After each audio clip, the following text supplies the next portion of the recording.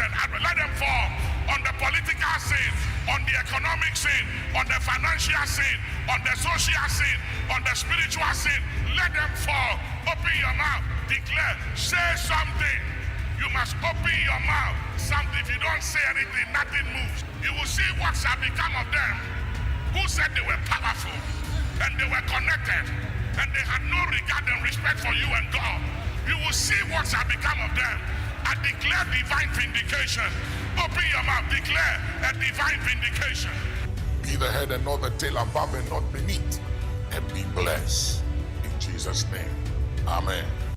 Obuoba Yankopon Israel papa Yankopon Israel di AHENKAN mpo nipo no na dwen ho so de adwuma we ba ha ni pakon ogitum Yankopon Israel se nipa na Obuoba no pe wa kan sema man papa omo Yankopon kan ho na de kan ho na yi akere Obuoba manage ma ho fama se and them to because my trust every time we a product, to be frank, you are a product that we have to be proud of you. Nyame Israel be Masa a great host party presenter you're unique. Me the account, so you are unique. I think the way you are asking your questions is very excellent and brilliant. I've spoken to about 45 media houses ever since the budget is ready to be settled. By the way you are asking questions brilliantly, I don't think most media houses have. We are saying that we are 18. We are making more estimate na ya mamu Eastern region one more, a Hong Kong more, the food free bench. Yes, and that's very, very. I mean, this is one of the a very intelligent question, but people like you need to be highly esteemed in this society. Or damn for them, I say, and Yamu Mobile, and can one MPP. Young can't some many pen who say, I deal with, and yet to be a customer if you got in a home. If you want a match, second piece for our mobile. The media hand and me radio neda. Mon one can of coreno. And many pen who say, oh, yeah, MPP now more ya. As I say, as a sound near Madi of a boy, a challenges a back Eastern region.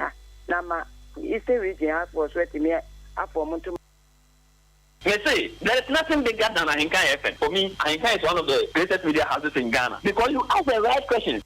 Umpire Mamon, they will be what in the subject AHENKAN933FM. Now, Becca and Sam, I am ready at AHENKAN933FM. So, Yamingu, Nimas, Yami on sorry, now, Demu, on Fanny Jano, ain't Jumani now, Bumpire Mammo, Samuel, Jumanimu, Bonibian, two will be at the Yarada. I want to pray for you that none of you will die untimely, that no power of darkness will be able to destroy the work of your hand. I release power and grace upon that FM station. And I decree and I declare this morning that whosoever goes to any camp to offer any evil prayer against AHENKAN933FM, the fire of God will destroy them. May the Lord continue to shield you and you will never know shame. In Jesus' name, amen. Ghana adisiye Obuoba Ofori Amanfo emamo ache edeba AHENKAN933.3 FM. Ghana adisiye Obuoba Ofori Amanfo emamo ache edeba AHENKAN933.3 FM. They say there is nothing bigger than AHENKAN933FM. For me, AHENKAN is one of the greatest media houses in Ghana because you ask the right questions. Ghana adisiye Obuoba Ofori Amanfo emamo ache edeba AHENKAN933.3 FM.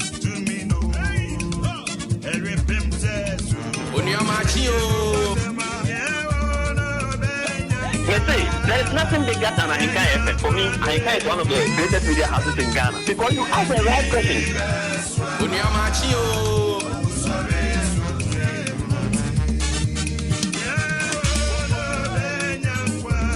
Ghana adisiye Obuoba Ofori Amanfo emamo ache edeba AHENKAN933.3 FM.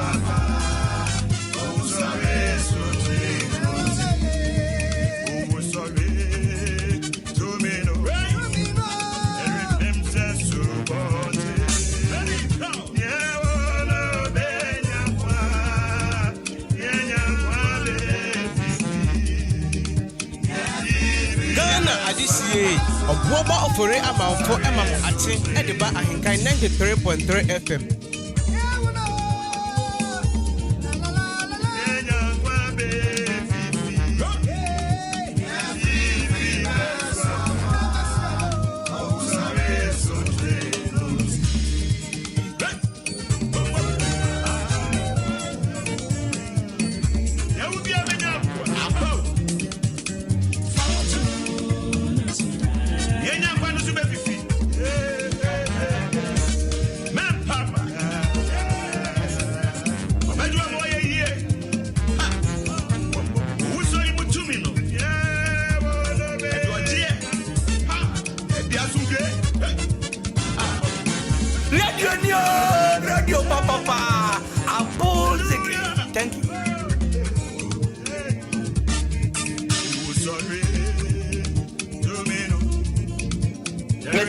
there is nothing bigger than AHENKAN FM. For me, AHENKAN is one of the greatest media houses in Ghana because you ask the right question.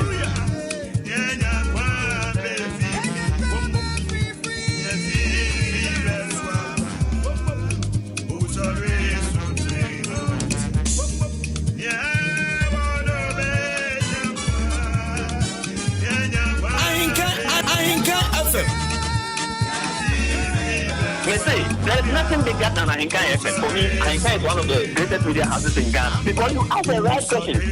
Ghana AHENKAN Obuoba Ofori Amanfo Emamo Ate Ediba AHENKAN 93.3 FM.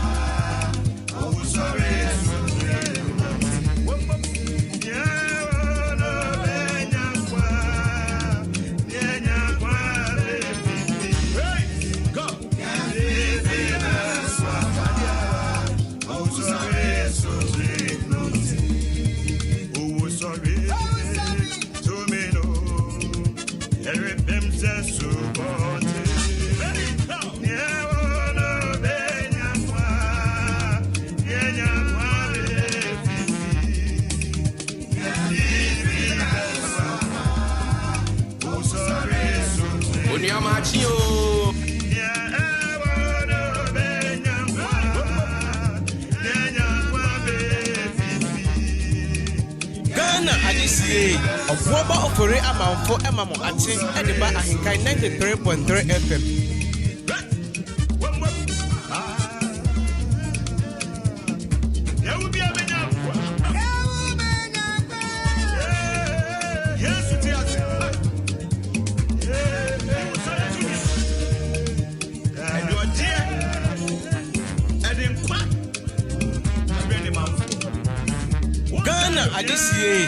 AHENKAN Obuoba Ofori Amanfo Emamo Ate Ediba AHENKAN 93.3 FM.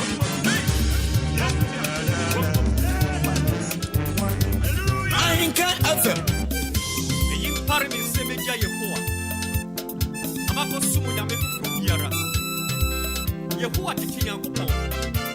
Ghana AHENKAN Obuoba Ofori Amanfo Emamo Ate Ediba AHENKAN 93.3 FM.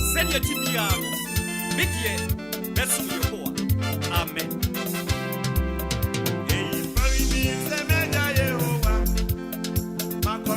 Ghana AHENKAN Obuoba Ofori Amanfo Emamo Ate Ediba AHENKAN 93.3 FM.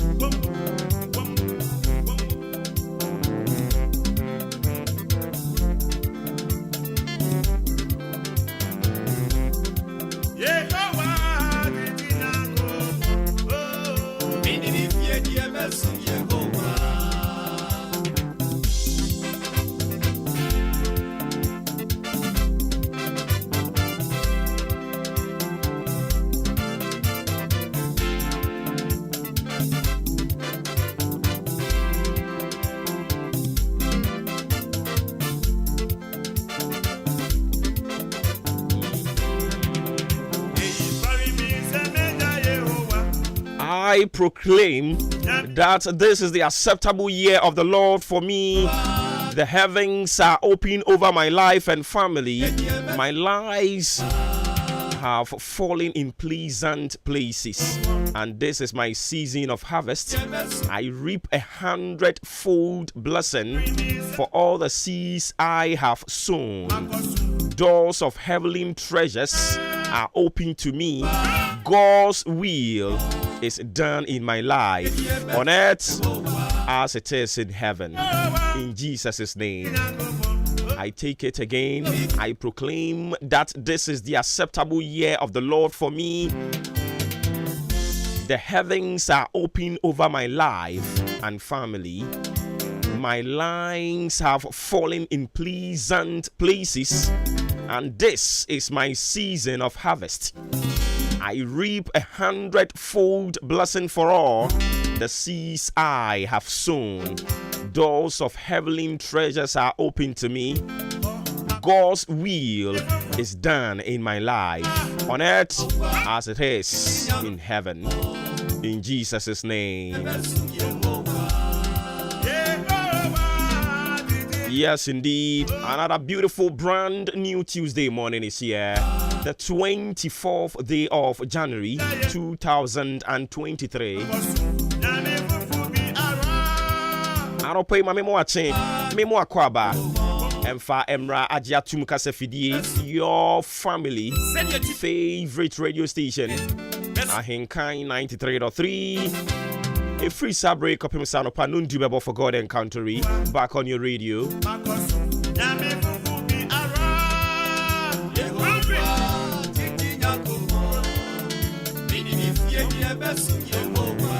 Broadcasting live on the frequency modulation 93.3. www.AHENKANFMonline.com. My tune in modern Ghana Zeno radio app. Move to me at AHENKAN933FM. I don't pay BB Abocod, yeah. I rather the young quacha, yeah. It's a Yanko. If you ever assume Jehovah. Was sorry, I no pay another Yasada. Eddie, my Yanko Pony Din Chrono. Sanse or no pen was sent or fata. On any penny, Janekotsuano. On only young craft. The Lord is our keeper. The Lord is our shade at your right hand. The sun shall not strike you by day, nor the moon by night. This is a beautiful piece in the book of Psalm 121. The Bible says the Lord is your keeper. The Lord is your shade at your right hand. The sun shall not strike you by day, nor the moon by night.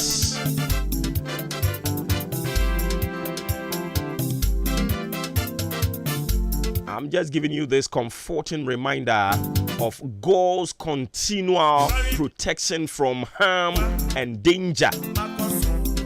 God is able to preserve. God is able to protect. God is able to provide. That is his nature. The nature of God is to show comfort. The nature of God is to continually protect you. The nature of God is to make provisions for you. That is his nature.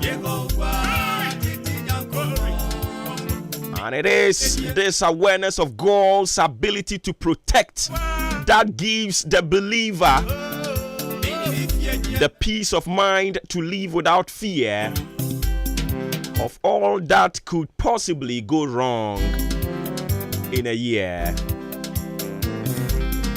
Such as we have begun.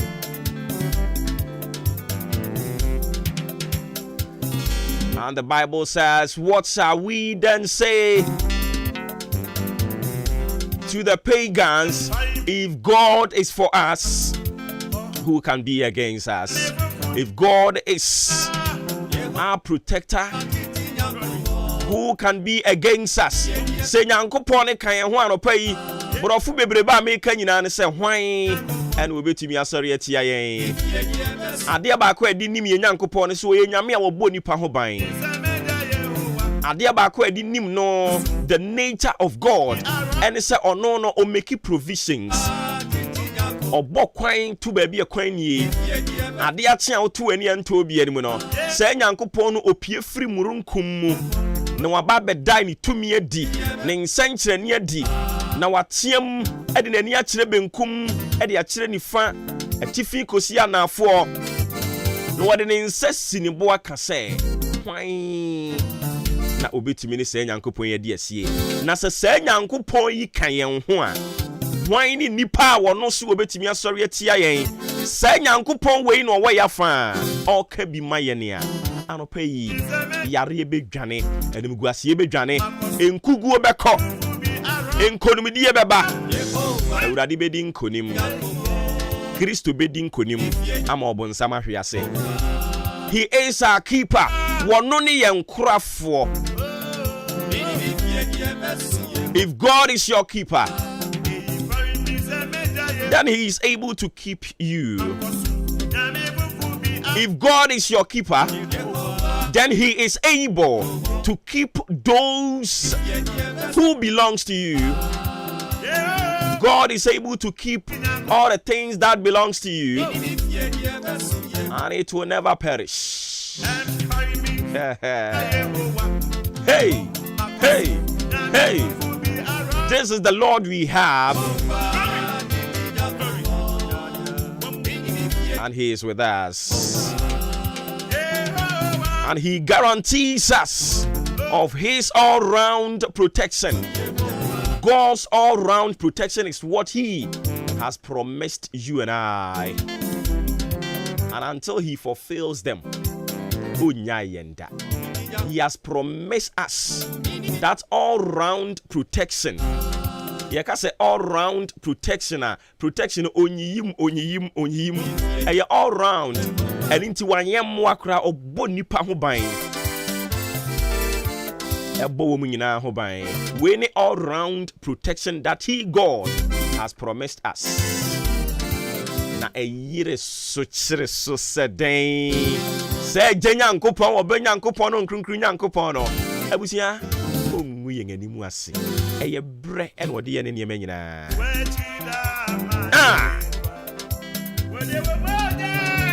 He is able to keep those that belongs to you. Ede ne ye wo de na obonefo peso agifiri wo nsam awade no. Eye wo de opeso agifiri wo nsam wo ho. Apomuden no ye wo de but bronsam peso wagi apomuden ni di firi wo nsam. Hey, aware ni mu anije no bronsam peso wagi.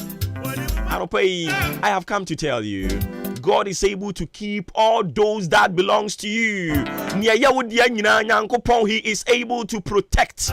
He is able to keep them for you. Now, bonnie for him to me, influence, and unto me. Unto me. He has guaranteed you of his all-round protection.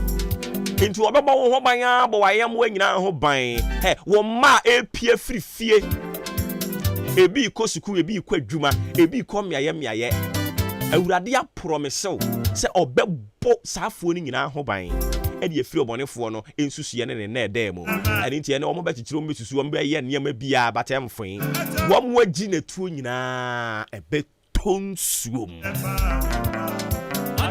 We serve a living God. Mirafo, me say Urade onya yenu. Me say God is not done with us yet.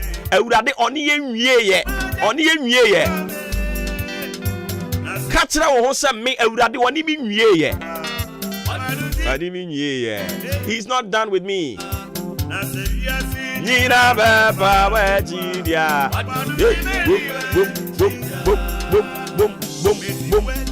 Boom. Throughout the changing seasons of life, the Lord guarantees us his all-round protection. Throughout changing seasons, changing seasons, you know, it drew baby a come back and only a changing season.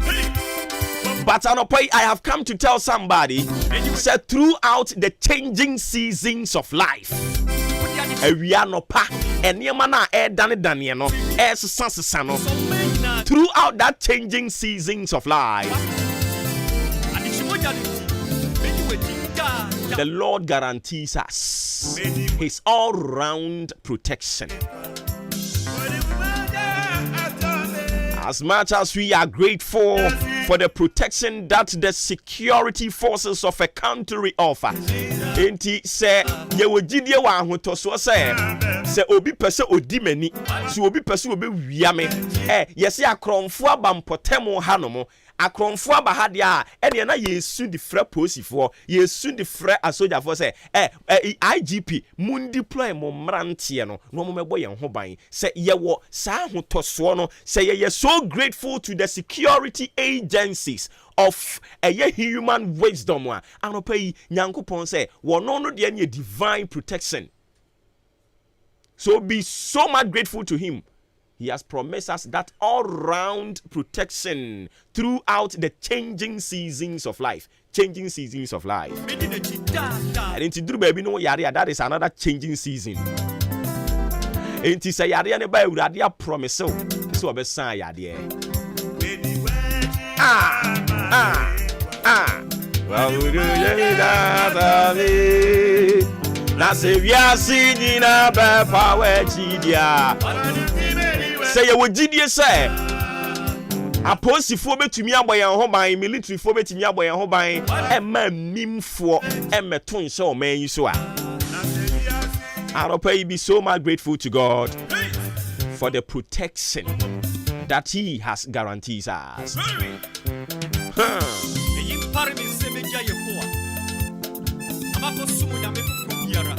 Odim said there are some limitations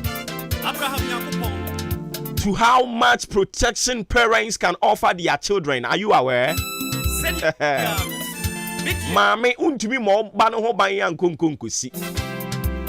Adi nti ube hunu mame bi ne ba ne da na wakotwe ntoma kata ne so. Ntoma ne de watwe kata ne so na oda ye ba bia ne honhom ko ne nam ye so utumi bo ho ban ya na. It there are limitations to how much protection a parent or parents can offer their children. But yeah, protection yeah can once a media. I am talking about the God whose presence is that safest and surest insurance package. And rana many insurance company be din come on and say protection be na change ankopon there. This is what he has guarantees us. When in your wash saying home bo see wo be boy ho ban. Me dofo nyankopon be bo ho ban you be also obe kan ho. He neither sleeps nor slumber. Nyankopon won no one now ontonko wonhin kromo. And I do the sumu wada wonya aware of the schemes of the enemy, the schemes of the devil, no. Then he appears. So what sorry no abebo ho ban. Abeju afiro tamfo ni nsusu ne ne de nyina mu. Anope hwese wanya no fefe. Hwetwe a watwe mu anope yi. Ewurade ne ye bambo for wate. The Lord will preserve us from all the calamities of the devil. The Lord will protect us. Throughout the changing seasons of life, he will appear and prove his power. Dunamis. Psalm 51 minutes into 6 a.m. Martini Jumedi. Privileged to speak on behalf of the solid production team in town, top notch. Udi AHENKAN933FM, Ajumpa Hineko Fimensa, Kobi K Kwame Asante, and Abilima. Ebacho Wofremi Obuoba Ofori Amanfo. And open so Bekaya ho. Copy him say Nundubebo. And ye best sorry Akunyakesi, so sending so for mammy, say Anopay. Ya wankomo bebre no ayebedie na Auditor General's report. Ade we kam yakwesa ababaye annual rituals. Pages in here 119 pages. And eguso aye kan. Maka kira wo say em politicians na no mo Ghana ha no.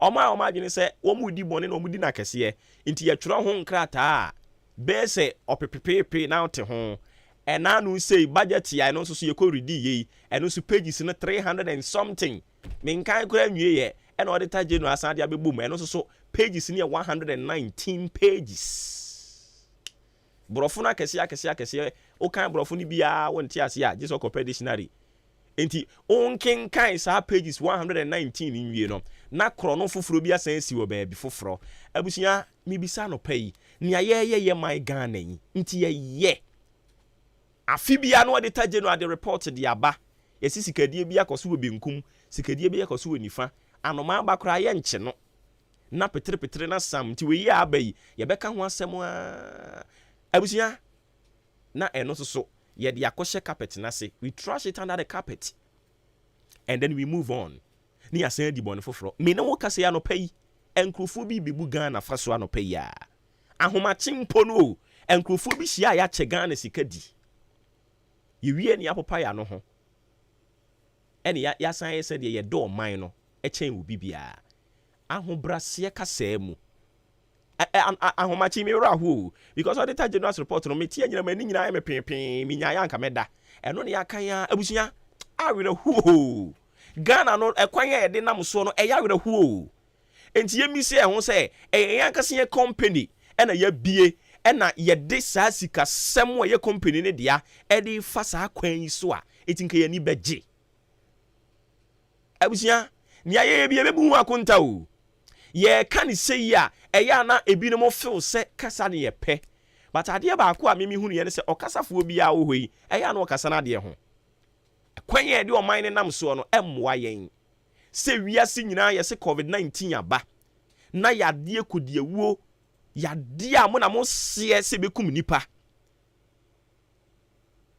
aba betwa se wiase nyina so na ye gina no achi na ye di bu o man ne fa so abusia emu nkomo no anopa ye bedi bia kire wate Ghana asem no ye kan ne ye hunu Erade hunu ye mobo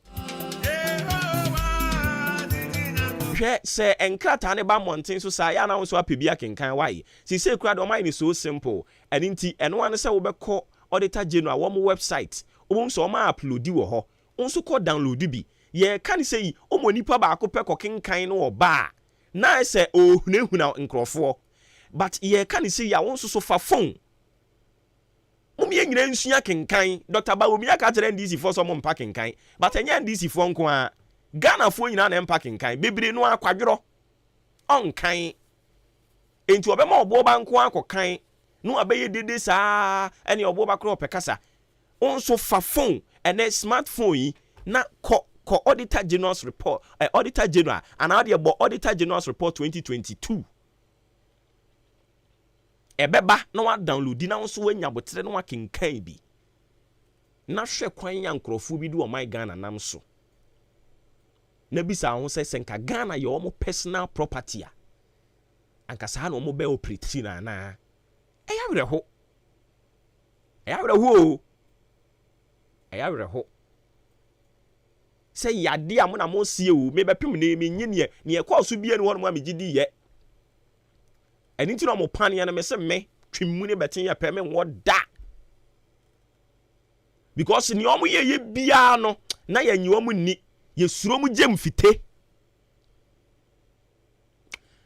ye bedi ho nkoma no pay ma me fa wie mo brain sem ne fa ntoa so mfa ma wo na hwese de ewie mo brain sem ne sitie ne enso so Ibata owie mo brensem ene pade ahunufo mo na hwe wie mo brensem so de ba ye mo se yemfa mu amane ma wonie o se men kan kire so anopa na awia ne beyi ne ti na bebo awia ne bebo anopa ya firi ho akwa kopem se nundu kwa ebo akobo eye dumienu no awia ne bebo na o kire se ene awia bremu no awia no ano be ye din wapue mantem me ya hodo bi ba bi nso bon se ase insuo be munamuna insuo ne be munamuna be bo chenku ewo wie mu saa ebe brebre wia no ase na ye kwa anwumre biremu a o kire se ewie mu bedwo ewie mu bete eni nti ya na wa hye ne nso e de amame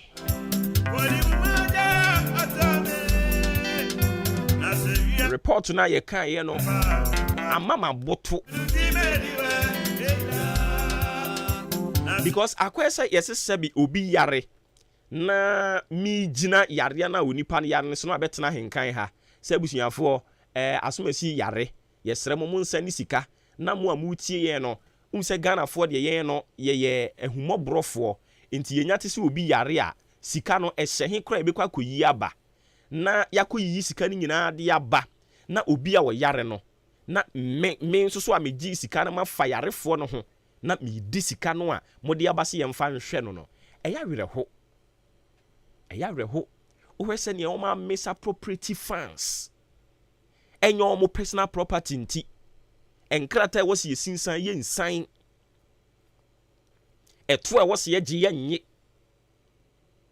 na ye gya amani nyina kokwa na wo hwɛ 2020 wo ho no mo a ne asende usika wonim ba bi efiri sei di nyina campaign na nkrofo de ye kan ya wo mo antie ene musu mudi mirika mo kɔto aba ni sɛ bom de ma wom ena 2021 omo san to aso so sika die ni mu omadia mimi problem no enye government of the day no me problem ni sɛ enti auditor general yi a afie bia no ono nso atworo krata tententen no ode aba ne Ghana fo akenkan na ya hwɛ financial malfeasance ekoso wo other state institutions mu na petre na sam no ono nso asɔre kɔ ne baabi na ye nyina nso asɔre kɔ e baabi no enti ye ni sei ya na omo ya no mama recommendation say enti ye recommend say sika no ya mfa kwan papa so antua no ye nkonkoje unhu say ye begye se yenye na afina kwa wiye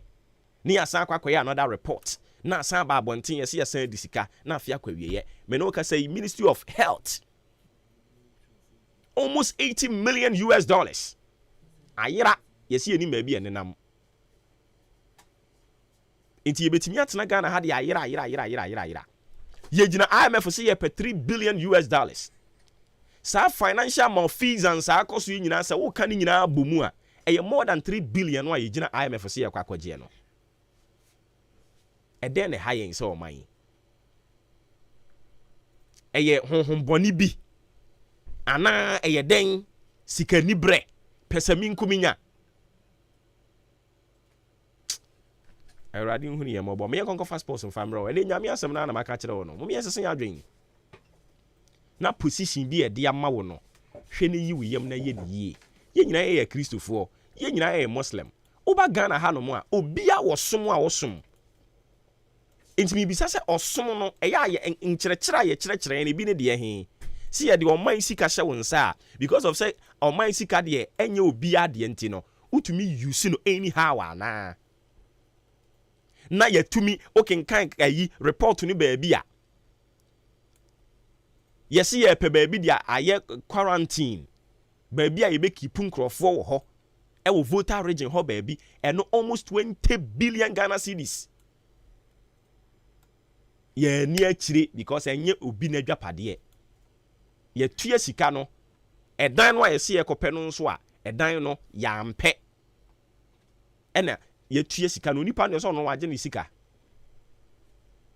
eni si ho saa odwene ho a wonte ase enti o maye be ye ni ye de eni gidie bie mu o esi ye kurakura mu se ne nkrofo no bo o mo nwom ne kurakura mu kwa yekukwemu a nyankopon ye wadom a na omawunyi didi banku ni nkonkonteni bia de eche a no wasa to abrabo ne so ade sana wunya ayi enkrofo yi nsan bia ohwi bia ene ayi mo ahu de ankonim bitasi ohwi bia de be chene wo de hangover ne nanam ho a wunya kukunta ade ache so bia wudi ane se wasa to abrabo ne so saa o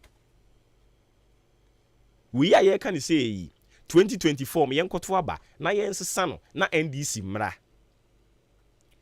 2025 almost so ye the auditor general's report beba the same report ene besan koso ede ne hayen ayi yanko fast post no famra ne yento aso Abozeke Sports Jagum Abozeke Sports Jagum. This is the moment we're waiting for. Ladies and gentlemen, it's sports time!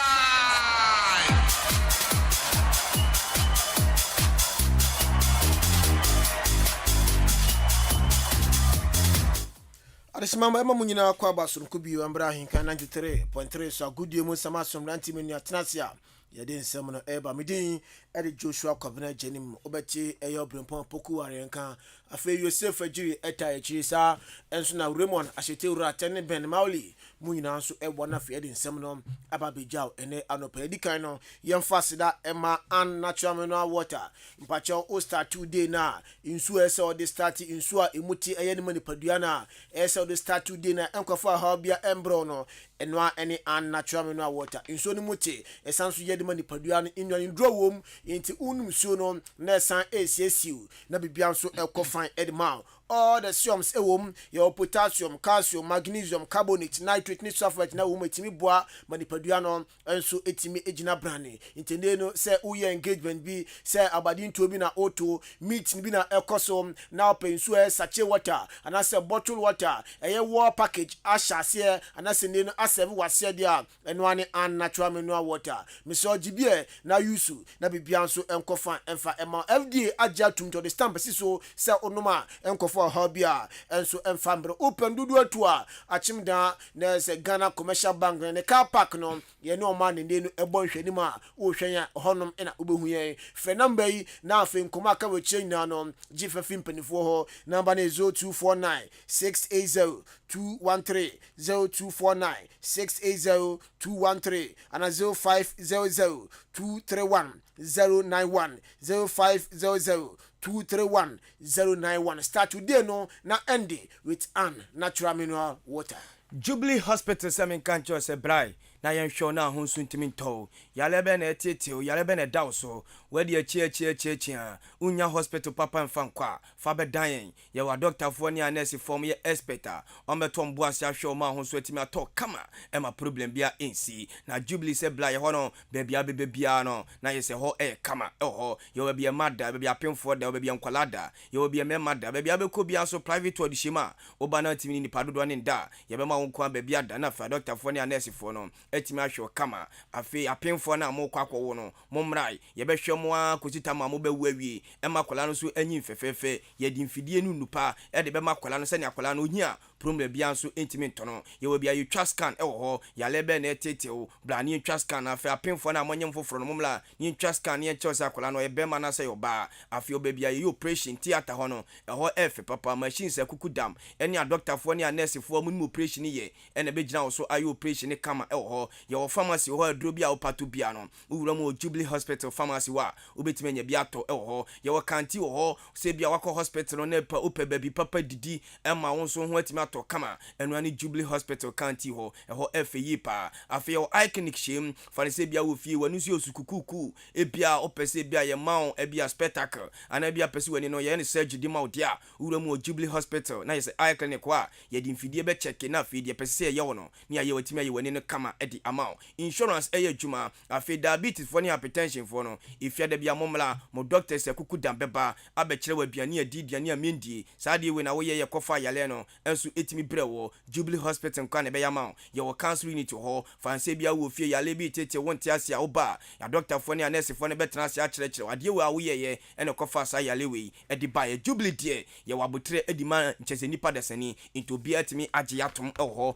akemo dan ye wa mantra unya du a mantra pe na o yira kwan ne pe no afre 0244 575799 0244 575799. Yan shan sem na se FM free amarane na fe yen kopie mo o German Bundesliga no match day 17 dia games no chance and Shaka 04 na fe on RB Leipzig na de ebone sa game no 5:30 no so bo epamusima aduasa ya dia bobo kwanda de Bayern Munich enso betena se on FC Cologne de babani Sabrina na Hector Berlin enso ni Wolfsburg ebo Sabre Krona so no na Hoffenheim enso atena se no ni Stuttgart e game no e de aboni we ene games a eba so Bundesliga no emu afi ochina Mainz 05 ɛne Borussia Dortmund ne bɛbɔ Osbeck ɛne Borussia Mönchengladbach nso de Erwin Tam so afei Bayer Leverkusen ɛne Bochum na Freiburg nso atena se ɔne Eintracht Frankfurt bɛbɔ na afei Werder Bremen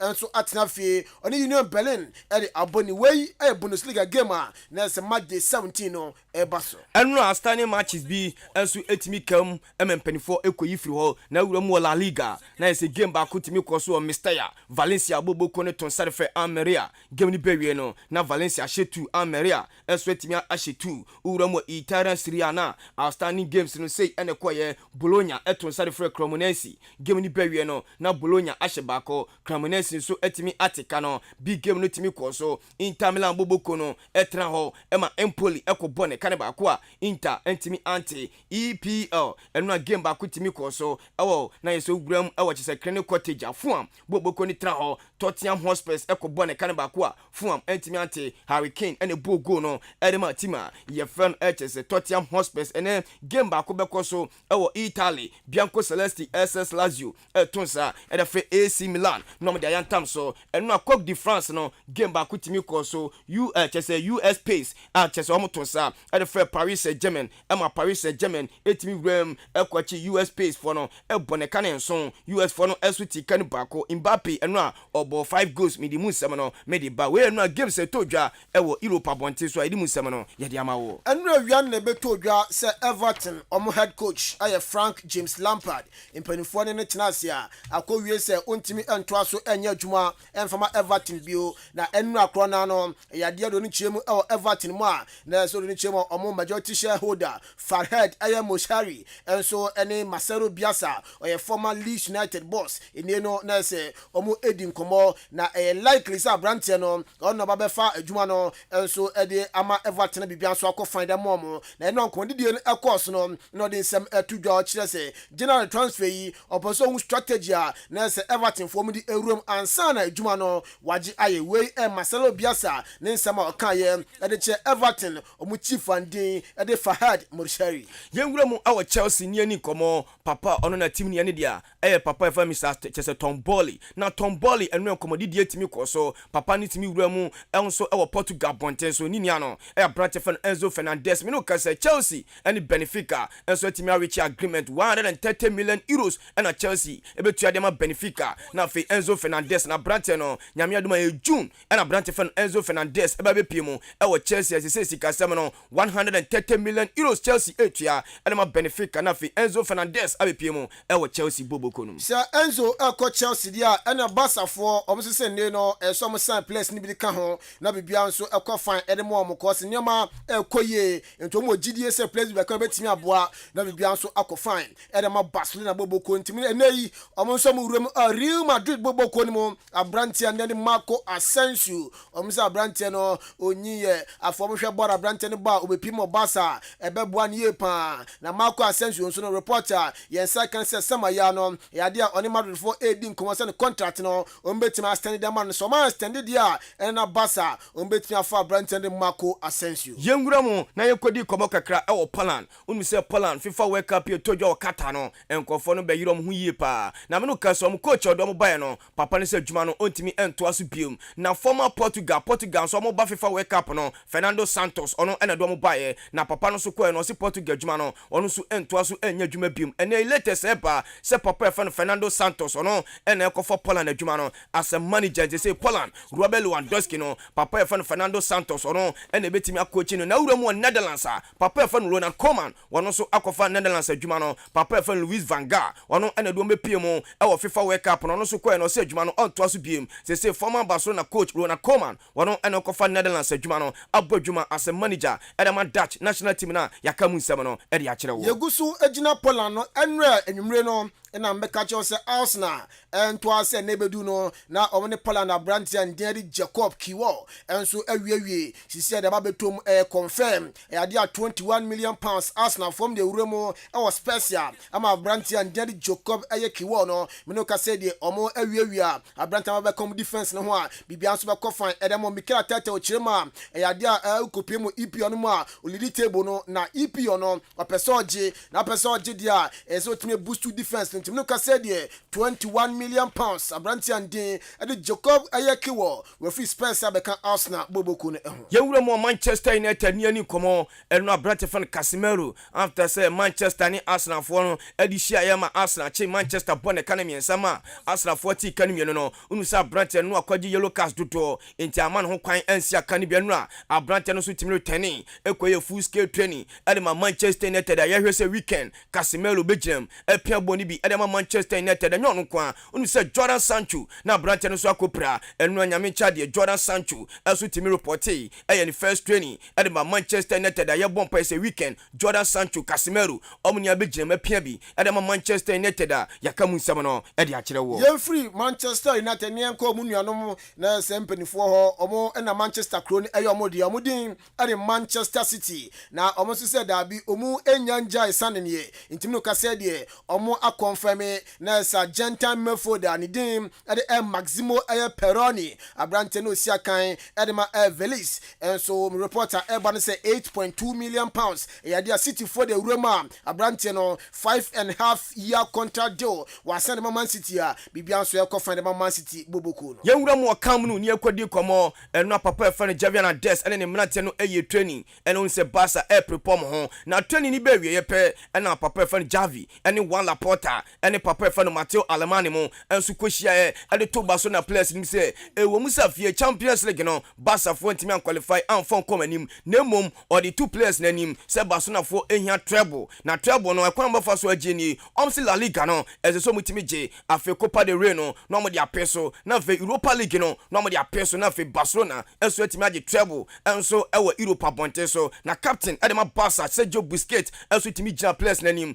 ede to mpanifo nim say yes omo ready say afi Barcelona no every trophy bia no on be fight so no betimi age edema fans no na afi omo so etimi ani age a we eye nwa na enkoma esi ewo Barcelona training ground so a yakamu sam no ede akire wo na uro ne kire mu Portugal a assembiesi esem we twa to ma ne nsenu na afi esi form na ye ba fi referee bi akoma white card na ye nenim say iron white card ye nenim say board ye red card and I say yellow na referee and dim ade Katarina Campus wakoyi red card white card no ede akire obi ni nyane se o me se eye white card no kopin Portugal ekire fair play inti yade a ode akire omo na eye magema na ekoso a match between Sporting Lisbon na afi Benfica na no de aboni weekend we ya referee and din enso ede Catarina eye Campus enso timi ede red card na amoma utimi se we no ekire se o encourage fair player bibianso akofan ede amomti and for the first time white card enso timi APM ewo eye football ma iri mu nsem no edi ejao yan fasida ema St Andrews Senior High me pacho wako first world war anko yan fama wako second wako third nyina no anko yan fama dia israfo ni chiremu ebo eye St Andrews Senior High hono okoya no one time ye chiro ama waturo atwa na bibia nso akofan edamantene no se oba no wawie school na results no ankoye se ne no school na okono ni encheda engine no fa no kopiem St Andrews Senior High na afema ntetie na yenche na de exams nu du a obetro atwa na afa asundwe enso atimi abafie oba ade a full boarding facilities no elho sanso de nchema ye tope aye wasi 2021 no ewo Ghana no na se results no yen ene ye tope ya bibia enso atimi akofan edema ye courses ane ne ye ewo SHS ni ano obepiem St Andrews Senior High ye bi enso oya kache na campus no ebi ewo Asinfosu ebi o Mankesim ebi ewo eniwo de biase dunkwa on ofenu bohu yan afe sehuyo so sewiasanwen so Accra Teshi onso ona fe shama enso watakra dia udoni chima hona ohwan a ubohu yan na afe onso abaje ntetie na bibia enso timi akofan ede ama ofre number yi na afe ginchiremu a esimidie fa fimpanifo ho number na 0244 696911 0244 696911 and 020 789 1004 020 789 1004. Yen film na fe yen sha see free Africa yen sha see free the championship for African nation chan tournament na Algeria for GSM na so e host no Endra group C game ba kutimi bukem Sudan for tena ho ema Madagascar ko bone kano miensa Sudan entimi afọ ball anto trem enti se table no say enete Madagascar na entimi top group no omunya 9 points plus 7 goals ena ko fone de ko Ghana yen ye tosu mi no yenya 6 points plus 4 goals afa Sudan ena tosu miensa omunya 3 points and afei Morocco for the mama into omo de yam hwe nyame adom ene say ene beko e group D no Mauritania etonsa and a friend Mali na game we 4 p.m. and as game no eba so e group E no Samson na tima ye friend Niger ebatonsa and a friend Cameroon no mo de yan times say Ghana they say opponent ye twen Mali chese Nigeria and as Niger versus Cameroon ene do be win no ono ba be share Ghana Black Galaxy na fe nyame adom 27 for no ye the quarter final game no e de ahyehyɛ so a yakamu nsɛm no e de akyerɛ wo yego so ejina national issues ma na unim say the senior most national soccer team Black Stars of Ghana minoka say ye ni head coach ye bo World Cup new year no na coach ene no ode copy mo Oto Ado e de December 2 dwa say ontimi enkoso anya adwuma bio from the senior most national soccer team Black Stars of Ghana team minoka say de igusu dwa so a ye pe head coach amana be som na be bia so akoye e de amayen unim say ade qualifies AFCON den e de anim sans a lot of games the anima as a Black Stars prepare na Henry Asante Twum ye bisa say Black Stars coaching job no say in the update no edu. Because of the break in some of the meetings were on hold.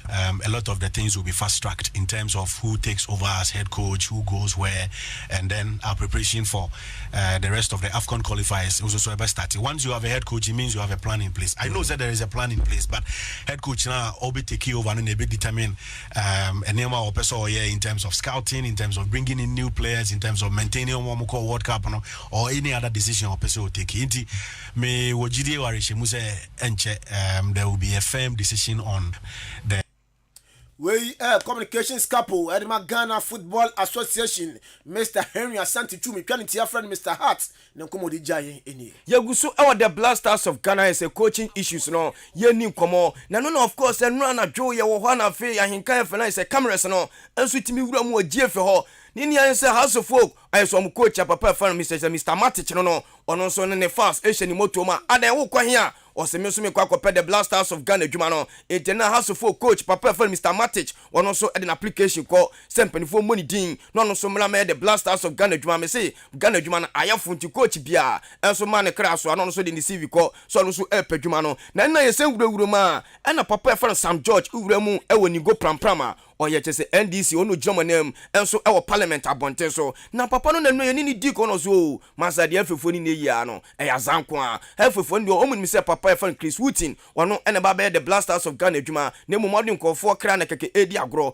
o ma kwatena se di nkomo no ama no papa e fan Sam George no wate se papa e fan Chris Wooten ono na ba be the Black Stars of Ghana dwuma wenu se Philesa na ye se ningo prampram MP papa e fan Sam George odijayen Kwasi Apia former Black Stars head coach na egusu a ye kan Ghana na je say ye coach hu sensem ya no ono so the application kwa kotum say adwuma no onyaya na kobesan ai bi ontim penifo mboni din na kombe serve as head coach for the senior most national soccer team Black Stars of Ghana na ne tenu at the time Ghana ye ko AFCON ebo Egypt na osisa time na normalization committee no na ewo so na Dr. Kofi Amwa na normalization committee no na olidi no ohyane pete se onfa Sulali Muntari na fe Kevin Prince Boateng enso enko AFCON bi no se sa ehunahuna no sa ene na atete no ono wapa ho wa train sin se cross Sudan nkra ba kwaba na nya Ghana atete yenti ensema Kwasi Apia edituja.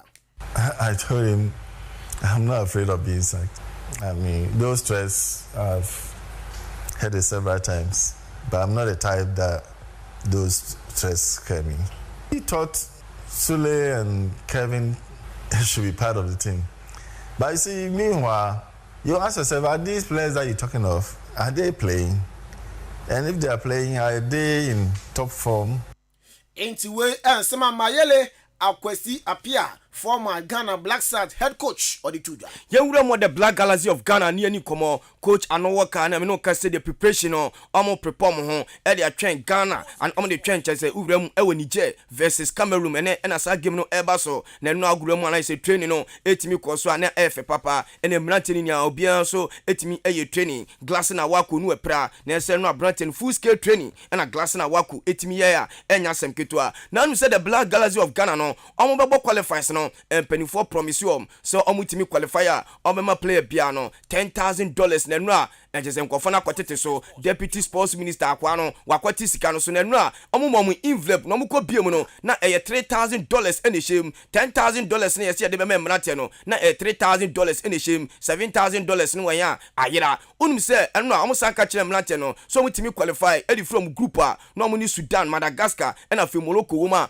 omo ma player bia no $6,000 enu a omo sa ni envelope ni memrate no na $4,500 eno so makote so na ne yesi no players ni omo buafu mpanifo papa enya semketo enti a players ne ke koma dwen ade kire coach ni mpanifo so man kan kire mpanifo fom sika na aka na mroma Ghana ye twa Niger anase Cameroon na ho no makobɔ kokwasa game a me no kase nyame adom ne sitting sambe koso na fom sani players no adi agro na no players no enso ye twa ni wie no omo bompaye na no omo bompaye wie pe ye ni coach anowoka edi ko ensa anowoka yi ma bompaye no so empaye de e ya de ni a ye tie sema coach anowoka edi to ye ni Bible uni nyame nkita that is uni nyame na kasa na ubisa bi afinyame ho na ubisa bi afinyame ho obeya ma onu ahumbrase na uja lese utse akwara obisa bi afini papa unse obesori ahimachi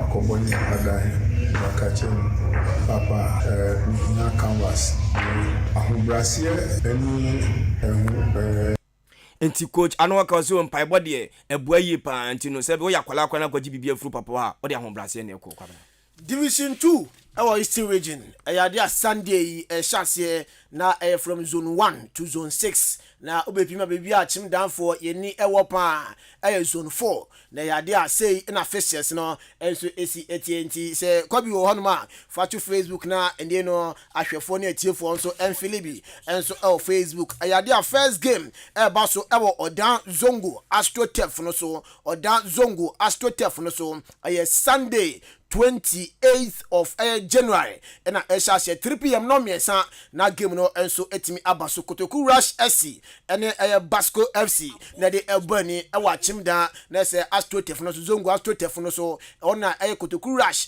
enso ebo omu home games ewo division 2 no emu afe Achiase Jungle Stars enso etna fie ewo Achiase Methodist School Park on 3 Stars SC na de ebani sa game no Sunday 3 p.m. krona na sa game no so eba so sabre na mu no ukopiem ewo Asiom School Park nso a na kwa Bibrem United FC enso ene Intronan FC enso ede aboni afokopiem ewo Samankas St Thomas School Park nso a ya dia Veterans FC ene Vidako ene de eboni na afe ukopiem ewo Achim Suadro Methodist Astrotef no so a ya dia Bosumi United enso ene Custom FC ede aboni sa games we na no Sunday 3 p.m. na Ebason we match day 1 of the 2022-2023 Division 2 League no emu enti eno ne se na city na game no OPB live betwa be live Facebook eno ye Eastern region for yes RF for no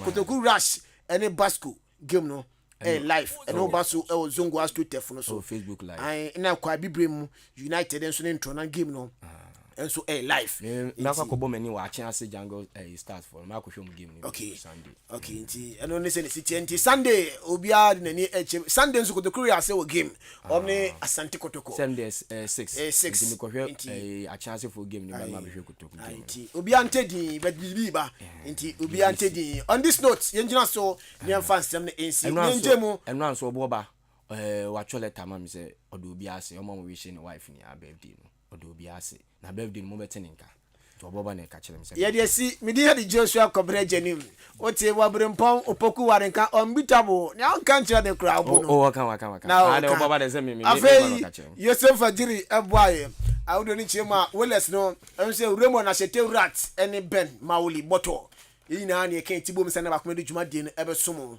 captain in the morning Obuoba Ofori Amanfo over to you.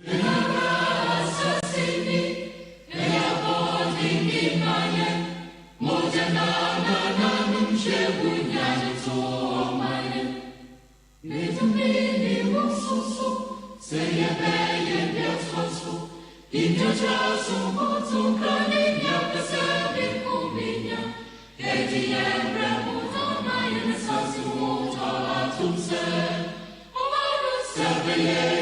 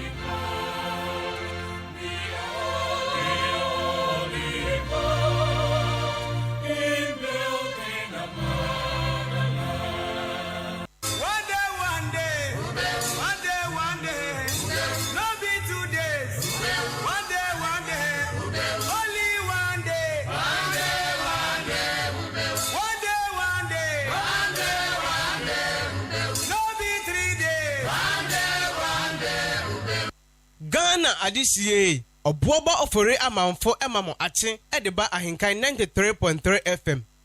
Ghana Adisiye Obuoba Ofori Amanfo emamo ache edeba AHENKAN 93.3 FM. Onyamachi say there is nothing bigger than AHENKAN FM. For me, AHENKAN is one of the greatest media houses in Ghana because you ask the right questions.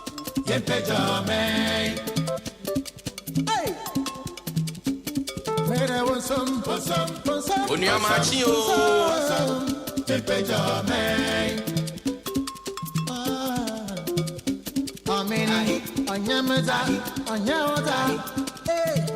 Asasi, Anyawata, no Yamazai, Asasi, Inti, Somo, Soma, Namusuma, Somina, Amenia, Ghana, Germany, Kasama Tuza,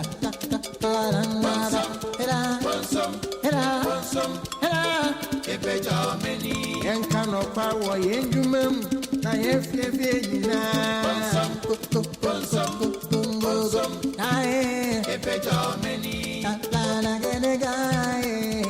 Sangani, Papa Matuza, Onyamere Matuza, Okonya Matuza, religious leaders, I don't know what's a man, Sawanya,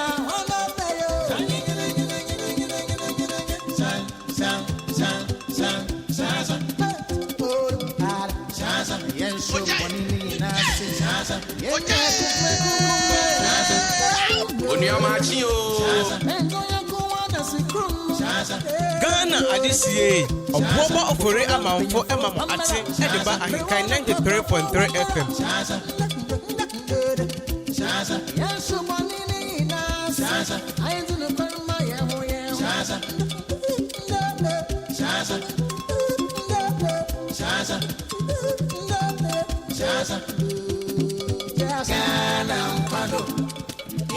My emphasis and come the sports team. Joshua Kwabene Janine or Brimpong Opokuare. Omedi according to the world of sports.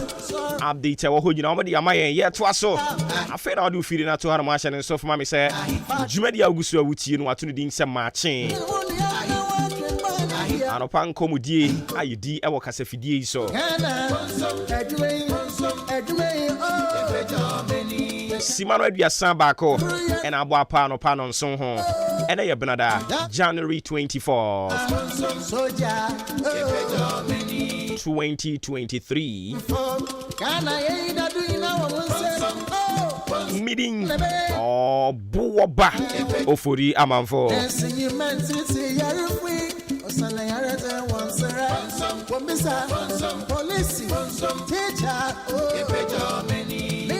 Yet was so the amount.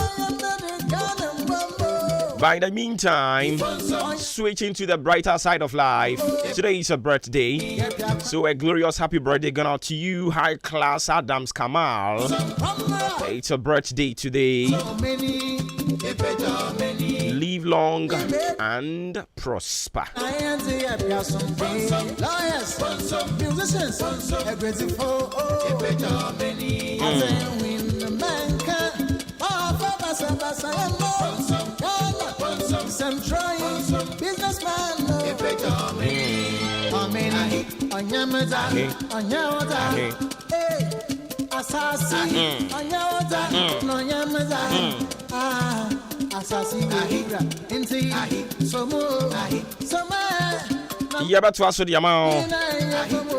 Yesterday was your birthday, so happy birthday, do belated to you, Sewa Beatrice. Have a good one.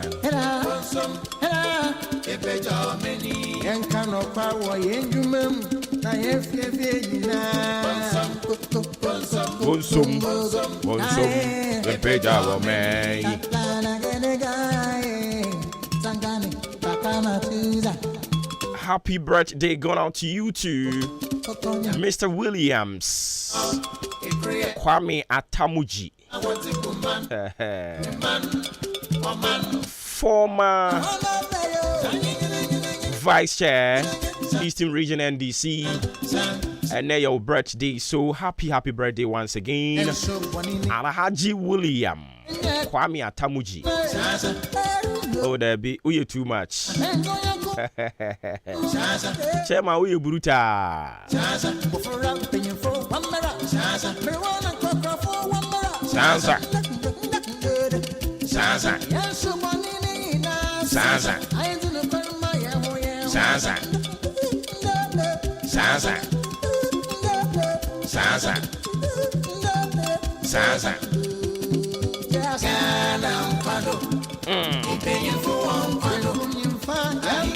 Yabatu so diamond.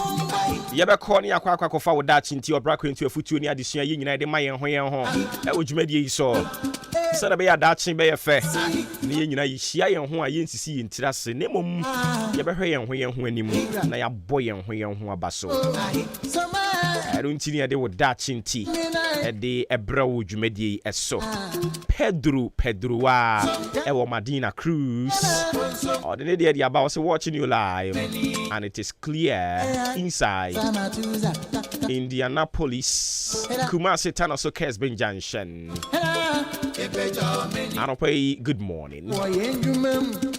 Holy God, I say good morning, Obuoba. May that say Benjamin Champon. I say watching you live from Chufu Praso in the central region. Keep up the good work. Yeah, that's Sibibre.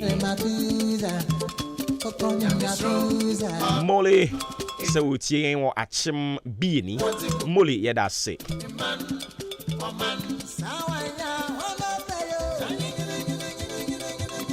Zaza. With that,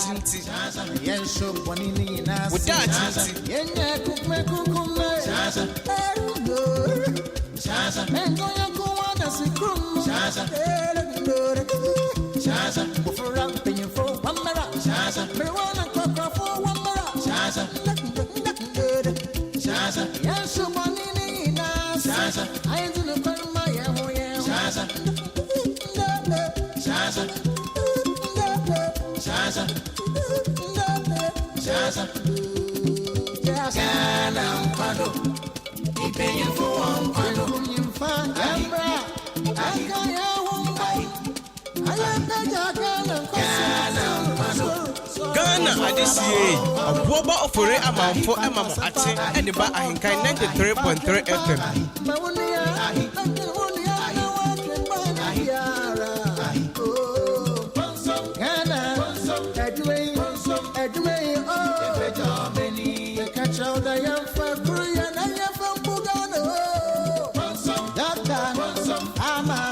Soja,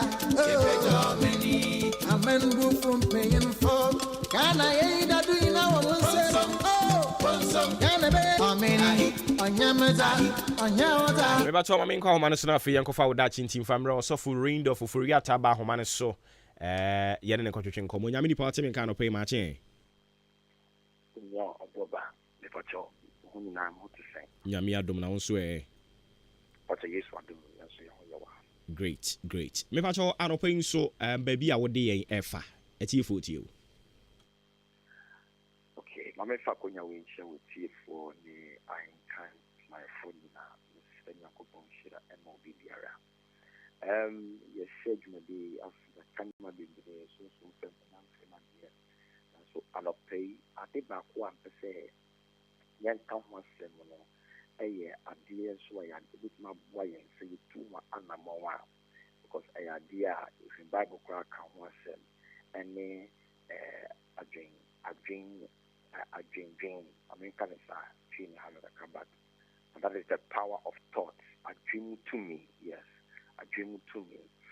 Obuoba di bakwa meka actually etiefo ne Ghana for wo tie no no pay say to me awa adwendwen to me I wo adwen mu oni pedu wo hono mu a otumi e de na adwen otumi adwen nyema pa obi so wo ho a Obuoba ontumi ndwen adwen pa wo ye Ghana ni na so wo tie me ane anope ya sua afi we se ne yadwen adwen pa esan say adwempa etimi etwe nyema ede bawa brabo adwempone etimi twe nyasa nyema mpone no eba wa brabo ewiase ene abrabo eye bibesronko to the extent say nyema bebre etimi eden esi ye ni be bia ifiri Obuoba pem bebre no ebi wo hono mo eye adwe ede nipa koni tiri eti wo kan Bible na okafemi oka say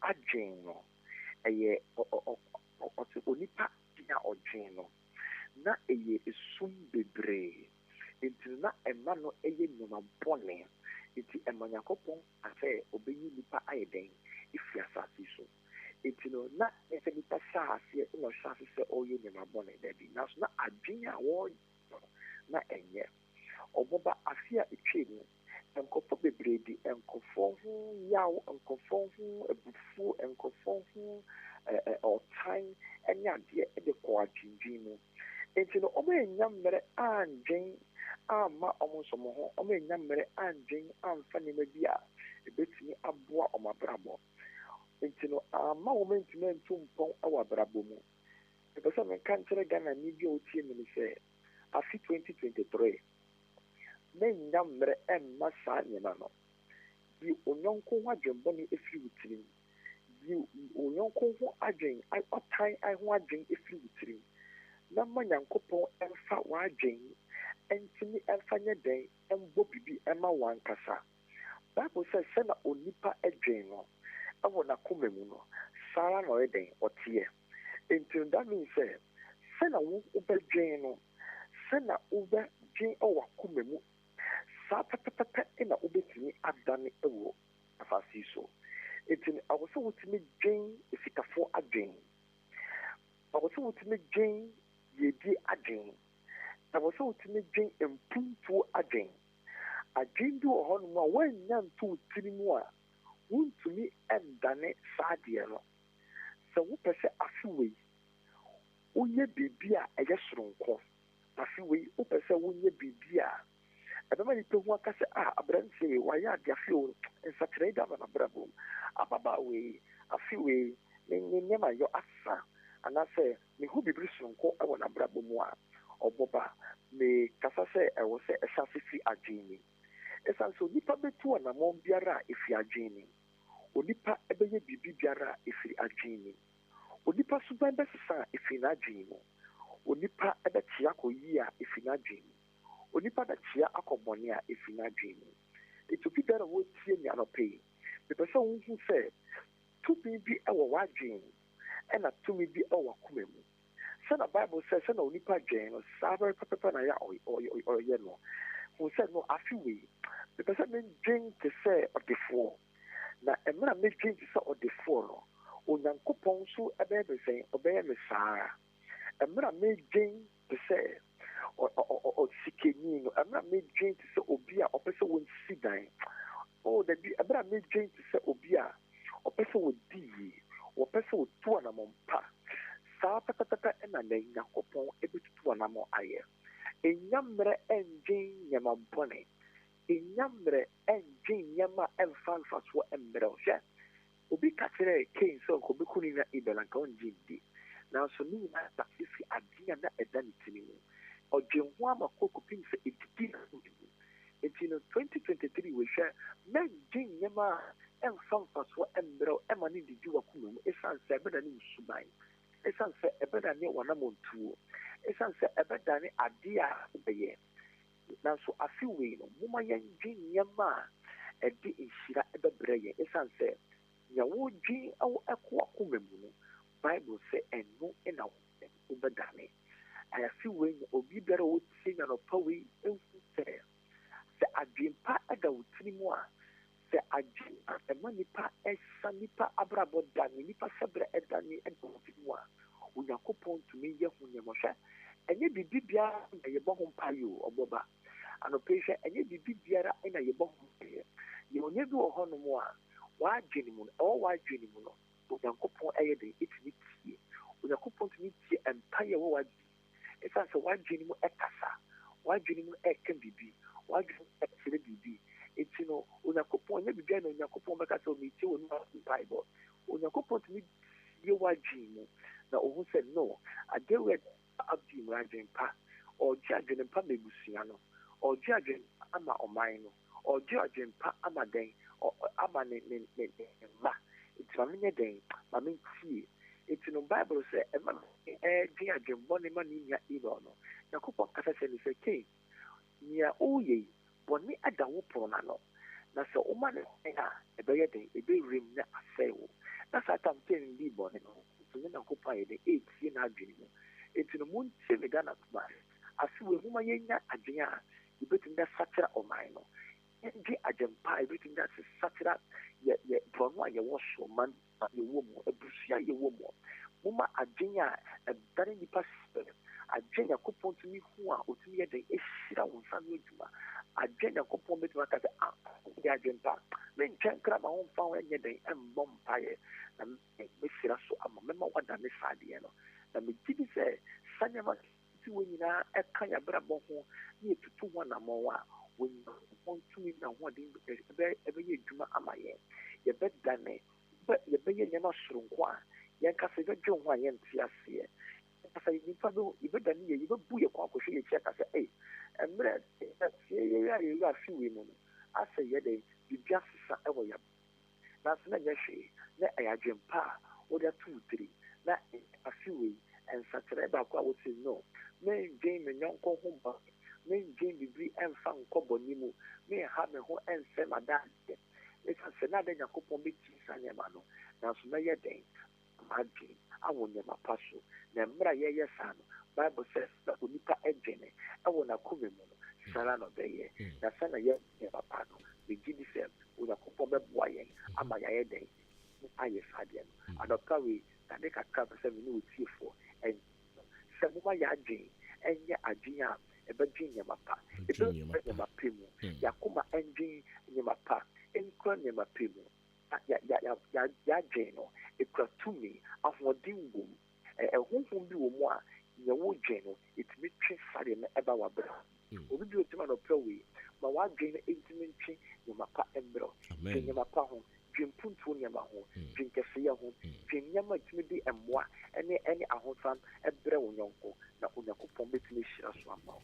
ɔbɔba no pɛi kakɔbɛtie ni nyame nhyira mo bebree nyame ɛnhyira wo nso so nti biribia ne yɛbɛsan aba wo nkyɛn ɛbiom nyame yɛ adom a wɔkyena nyame nhyira mo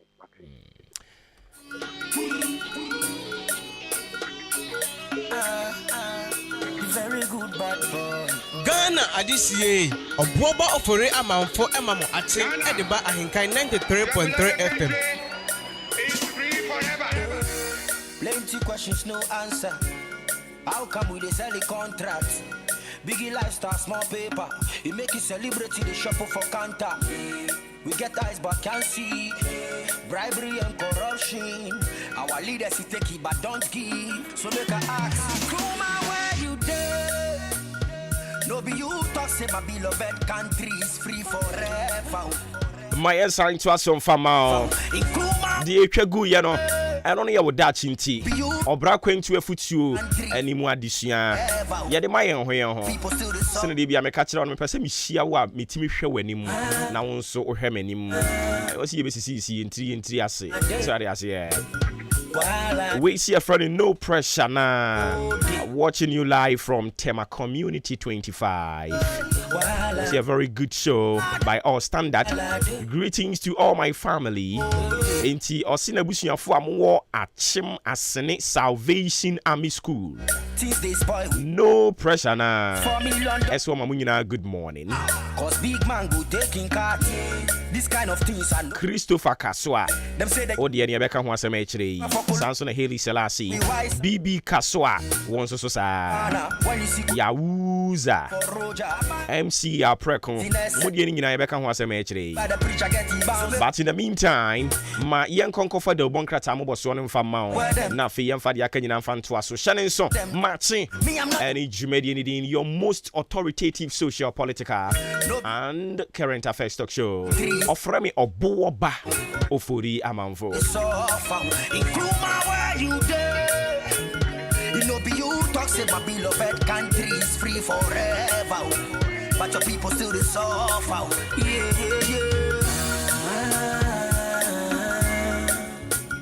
While I day, where the money go.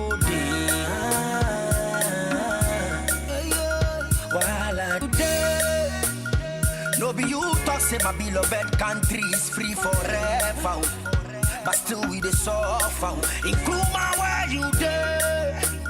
You know be you talk say my beloved country is free forever, but your people still the suffer.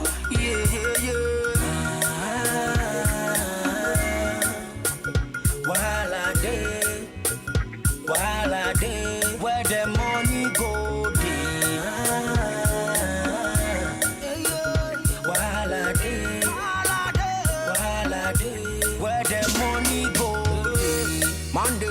Monday suffer just to eat some bread and butter. Things they spoil, we know they bother. You they use $4 million just for soccer. Cause big man go taking card. This kind of things I know they back. Them say that you're free, tell it be like the Westman for colonials. We again before we wise up. Welcome to Ghana. When you see TV by force you for Roger. The church it any business center. Sell a sticker to protect me by the preacher get the bouncer. So ask, where them day? Our missing children, where them day? The Takra they can see where them day. Me I'm not afraid to say, Kuma where you day? No be you talk say my beloved country is free forever. I don't see my way here. Some 50 minutes into 7 a.m. Maakye. I don't need you media Gusua Wutie. Me patcho my yanko for the bonkrata mo boso mfa nto aso emfa ema wadwen kire no betimi dia ba 0594841044 0594841044 na Vodafone nso sisi omo the new one aba nti ma me momfa ma wo ebre ne so ne ka se Monfra na wa frenti ye new Vodafone number ni 0207 263850 0207 nti ubetumi akipu brand so ne kase yem frembra na wa fraba ye da se de bon krata mo boso ne de to aso oba pomba ko de oba de adam me ho fa na say nyame adom nso me ho fa one for bad there na makran ka be kwa kofa ba adwin bibia boko de tama nyame adom na so nyame adom me nso me ho ye ba me de me re na ho adai AHENKAN report auditor general ni report aba monten so no a orebe ho pa esun wo mo ai ehemfo nso so yetam sika twitwidi de ma wo so wo mfa nkonkobo dawuru nti anopa ye bisa se ukuro mu hene wote se covid ne ba ye obo dawuru wa akora wa ambo wote se ukuro mu hene bo dawuru ana And as I woka saying him for no so him for. And I would ma won because ye wo kuro so omo hene kura anim ne ye kɔ ne ba. Enti ye see the ma chieftaincy ministry no. So omo fa man him for. Na omo fa konko bo dawuro. Nsi we ye be Council of State for ye anchen ne be wura. Somebody be yare ho. Council of State for nchen ya ne be wura. But until when NADBA ye be kofa report de aba na ye nchi wo bia ntum. Ombema recommendation nti wase woni pa no otue sika no or refund no makeka no mo de agya ho no mo kɔ. Na afefofra san ba ne asan to aso until when? Ahadwen. So boss ana ise ya ye o man no. Oh, there be. Sana ise Ghana na tie. Na da bia meka say Ghana mi hu say asem bia ba ama asem ya pɛ no solution de biara da.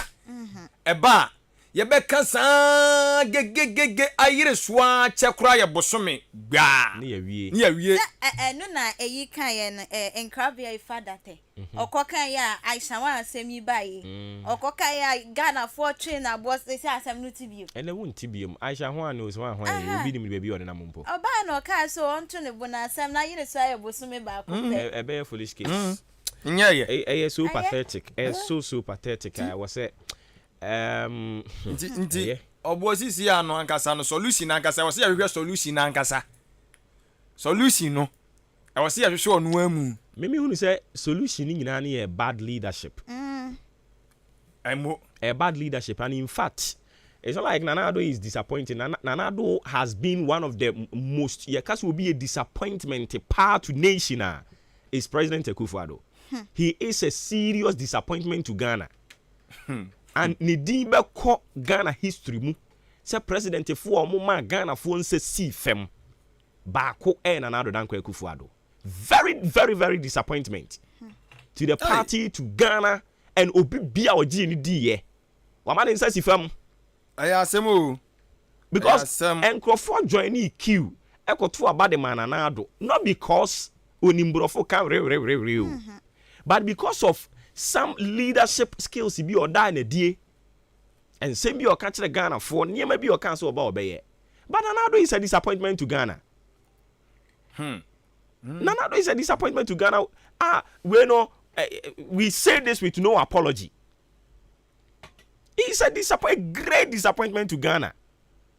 Nankrofo ajiwe dia koto aba ma one brabe ma mamunya fefefe se ya oba ya na je se okura de hey nen se ene John Mahama mompa ne chewo ne madi ni bone madi John Mahama bone papa mompa ne chewo adion say ye changes yama party bi aba with a leadership na danko Akufo-Addo ne changes na mo ye dia monko pa John Mahama chewo ne madi ni bone adin madi John Mahama bone mo na ni ye mo ne John Mahama ni ye because Nana Addo is a disappointment to Ghana. What do you say? Richard no maybe. Nana Addo so no dey no Richard dey no mo nya dwen. Ready and go pon. Ministers no bia dia tum say, "Oma ye weak." Oh. Oma bre. Na uti o mo kasa mu kra tum say oma ye mre. And a typical example, ministers are you weak no baako. A minister of health. Oh, why you weak? Oh,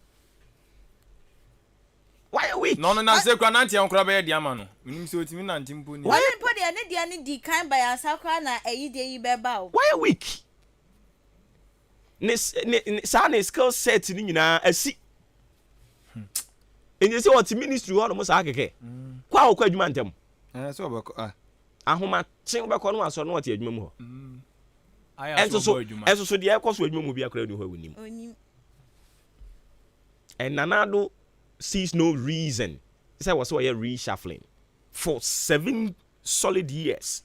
And I want to ministers here, Juma. And my with him say, Mammy, for we crank was her. Okay, Mammy, so we hear her. Mammy, for we inco her. Abo, me young say, Nana Addo, a member. And I was a NPP for sorry. Na se omo national chairman din no bom na doso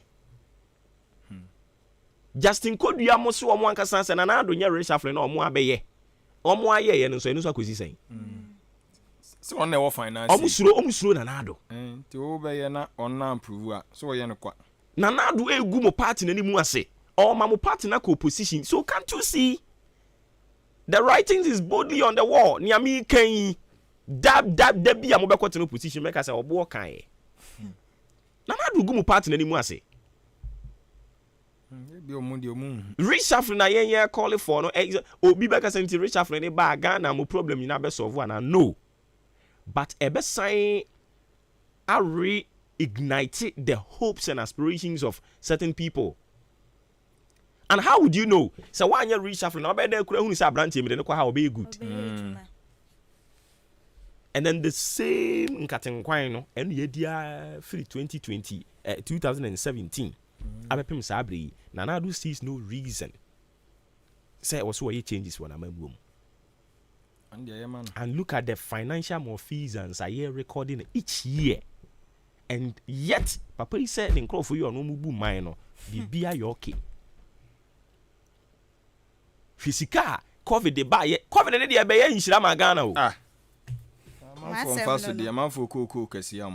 COVID the be in Shirama Ghana. Because COVID ni ba yesika yenya ye be free and contingency fund mu Auditor General's report ababontin ye be free ho yenya be the free European Union yenya be the free African Development Bank yenya be the free or friend is saying World Bank yenya be free IMF sika ba ye ni nyina ye anankum atoto ni nyina pa so yakwa to vaccine vaccine ko ayesi yesi nyia See, I see good for oil. Hana for the. It's good for oil. In Japan, you know, in Nana, they were disappointed Ghana for your good in San Kwaji. We're disappointed Ghana for. Yeah, you go the Kwaji Fango. And one went to Abama and Gini D, yeah. Why you found who crab bro. Oh, so by an or said that the free SHS be chum. Yes, he and I say. See, Mupe free. Auntie free no, dear mamma. May say, I say free BIS scam. Aye. Kennedy, Japan better say, read my lips. I dear Bia, a free no, a scam. Adio. I know what to accommodate home. Free ni baby out. Free as any in team. Ban me go free we na if you want say nya dwuma nya. See a team. Obekwa wie na odi areas na ebe fie. Accommodate home. Free baby ah. Any omo like. But dia obi aye bi obi bu hu akonta. Wa mu ankyere nipa obi bu akyere nyankopon. Yankwa ma me nda ya. Kono obi mra susu aboi. Oh. Kono ngo kaya. No onso. Ono onso. Ozo sompini ma onso. Ti ni nesi wo. Yankwa. Abusia ya sama mwache emra ahenkan kasafidie eso ebraso ese eye kowakrata hodro ne samode eba ye no yesisi ni nyina so edema wo na ananu peye nyanu mienu a yesi ekwa ye be pense de obo krata hodro midin ane maame ekwe jana wa mene adwen pahene kofi mensa adwene papa na papa ndi wani mukan Enti abusia na no pen so ya hyasia na ya the daily searchlight ko wakrata. Fawe na bra answer ana. There we are. Ya dia. Ani abusia ya hyasia enti. Anyway hwe. The daily searchlight ko wakrata na abusia ya de hyasia na domestic debt exchange program. Egusugu apunso bondholder sa wa mompene so aban se mupeo. Shishaya no enwa na chese ye diswe wasa eka ye de no yetimi etete so enti kwata fe tos mienu wadi woni monyamfo aken ofori ata elfo ni aba ne papa waji ni fufuo kama nkrata da nenima chese wa kenkan wo chem se sikakra bia wodo ani aban no wa makọ mu aboma sesia ne entiase ye adwuma efa domestic debt exchange program no wase entiase ekoso ehun ko wakrate ade etudwa na ko wakrata kroya no wode aba koko board mpenifo so de sama wodo etudwa no mu chem se deposit wodo akoso wo honi ebehwe na koko retail customers no ye de etuatua wo mu kan kakra se ne be adwuma no ebenya fa pempa bi agina so kwata fa toso miensa ana wade sansem na etudwa wade yewra Ernest Addison enfoni ensoso aba na wama na so wa o kwata fa toso 9 ewo the daily is searchlight ko wakrata na emu ana wocha mu se Ghana dwumadie bi bekoso wo man mu na wo man dwumadie ba bekoso no ene ete se bibremu man nyina investment awodro akoso wo promotional awodro ni nyina no ba bekoso wo man mu ne kasia panti no All Africa Investment Promotion Forum bekoso wo man mu eno so nsem ko wakrata de abana wo wie no ana wode ba ya ene nya asem kito NPP amanyuko yera Justin Frimpong kodwa ne ete se wone cardless awodro akwakohia Okada riders wonu o makwakohia ma chese enkomo twetwe awodro na so etimi akoso ene daily searchlight ko wakrata ede wonsem eto eja na abisuafo da obokata mede eto aso de amawo credibility da obokata the founder dina ni chire Ghana hanom no ensema awodro a wonya ye etintim de gunda obokata emu no wode Oswafo no na hwe sika samto to yeso no nyafo knofuri ata emfonyi de abasanso ana opanyina wono ahwe sika kra bia hodo wo my konko Ghana me omonkabom ekuo Banks Association no wono mo apanyine Orura John Awua wode ono so fonyi de aba omienu nyina no ekuta enwuma bia wode kire asekire nyina ne se ene sika kra bia hodo wo my konko Ghana me hanom no omone aban no anya entiasia omunya do omunsasia entiasia pamasia wo kire mu se ni nyina no efa domestic debt exchange program no ejumedie ntotoye enho tikata fa etoso enwotwe asem no people watintim ade agu ho na owieye no na auditors report eba bonten so no kire mu se ukopiem aso omuna hwe da ogbo dwumedie eso a mekire information ministry no wo kire se sika botin bi a wonom enso afọ ase best 151 million dollars bi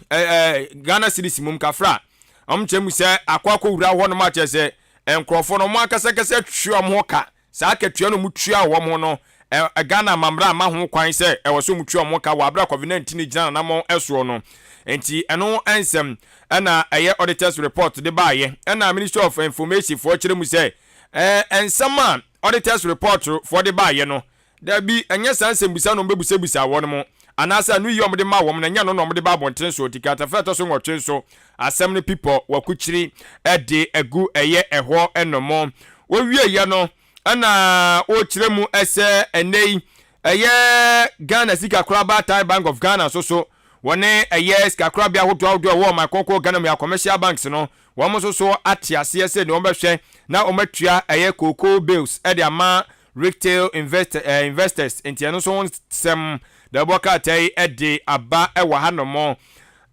wode oswafo no na ehwe apomdi dwumadie eso no nyamfo kwaku ageman manu fonyi de aba wo kire mu ensuso se enuro COVID-19 no na ejina mu no sikabuti bia no so sum Ghana cedis no 208.7 million eno so omudi di dwumadie bia sa dwumadie na nwie peye wabra na ebre wase dwumadie no ewie peye no edruye no na chese sanhye ni nwie yeti seska no so yade se Ghana ya hwere auditors report kro ya so ene sade ho asem ede aba owie wo kire mu se COVID-19 kro na so ehu endro bi beduru my konko Ghana mi anomo be se 1 million wo chese no so ya nwisu asai kwa eno so yakotu agu ti da boka tede ho asem so ede aba the founder the boka tede mu ensem Abusia here to us so the anchor ana yade to us so see revealing the truth na anchor din sama wodwana na etudwa na ohwe anima osukopie mu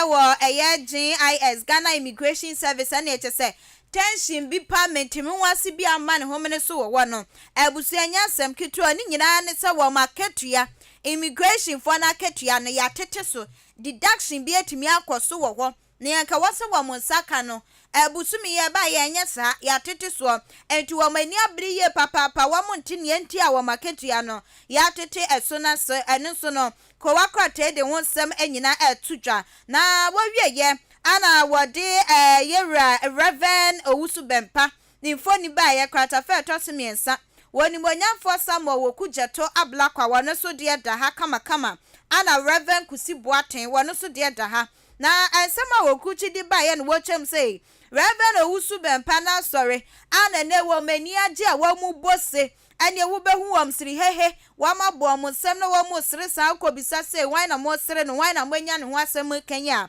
wa mo se Reverend Kusi Boaten ana wa mo siri no ne enti a wa mo se no mu kire mu sa wa mo no eya wa mo sofo Reverend Owusu Bempa wanu ni di nyamienu ubo Reverend Owusu Bempa wanu a ni enim no woni di fufuro bia wo baby afei so passport woni mienu driver's license kro ni mienu na chesem omo chese Owusu Bempa ni bibia edemu krojen wanu ana ebrebi Ghana fo twe na bo so eka ne honsam ana Owusu Bempa no Owusu Bempa so wanu kura no eniema bi etesa kura no wonfa ne ho hihye mu bie enti wa muso ani agepa sansem ye kwaba ye ankoye Owusu Bempa na mom ekoye Reverend Kusi Boaten ti honsam so no kwa wakrate ede aba na wade aba no ochem se okonto aso suku ahodro na any free SHS teacher first hooray yesen kwada no edisuafo no ebusuanya sam ketua o ekom edi wo mo papa ni nyane se edwane ho nsem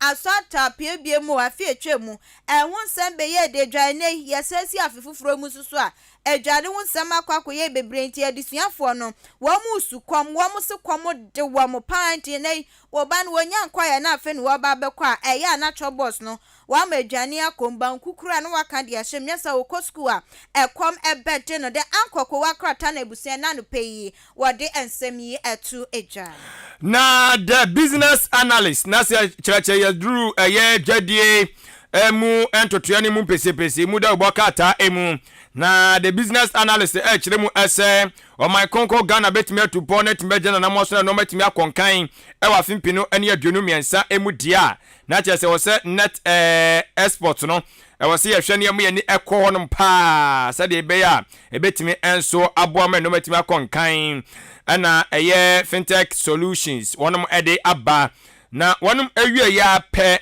ana wode atodwa biem kire mu se eye Ghana semtwerefo nkabom ko Ghana Journalist Association where yan president enso eba mane de tudwa ekire mu ese eye adisuafo wonum kwaje ntete ewo eye school so awodo mu no titiri wonum amkosuapon no woka kire wo mu se wo mu wi a ewo se wonum ehwe se so mu nya adwuma eya ombe yi omafam die bia aboa ama adwuma no atimi akonkan se de be ya omso betimi edi so emfaso ne mum enya so bewie na ena adwuma wo de obenya bia ye na sa de kobo life da bi obeso na wa ayi shine kama na suo ye soma no wasomwa no ye we no wasomwa no ose da bia koba ne sa omwa emma adwuma no enko eye enkan ena so adwuma wa ye den edikata feto so miensa na asemi people no watintim enso ede ego owie ye no ana wode opanyiro no na ye CEO edema cocoa board eye owura eye Joseph Boahin Edu wode ne fonyi di aba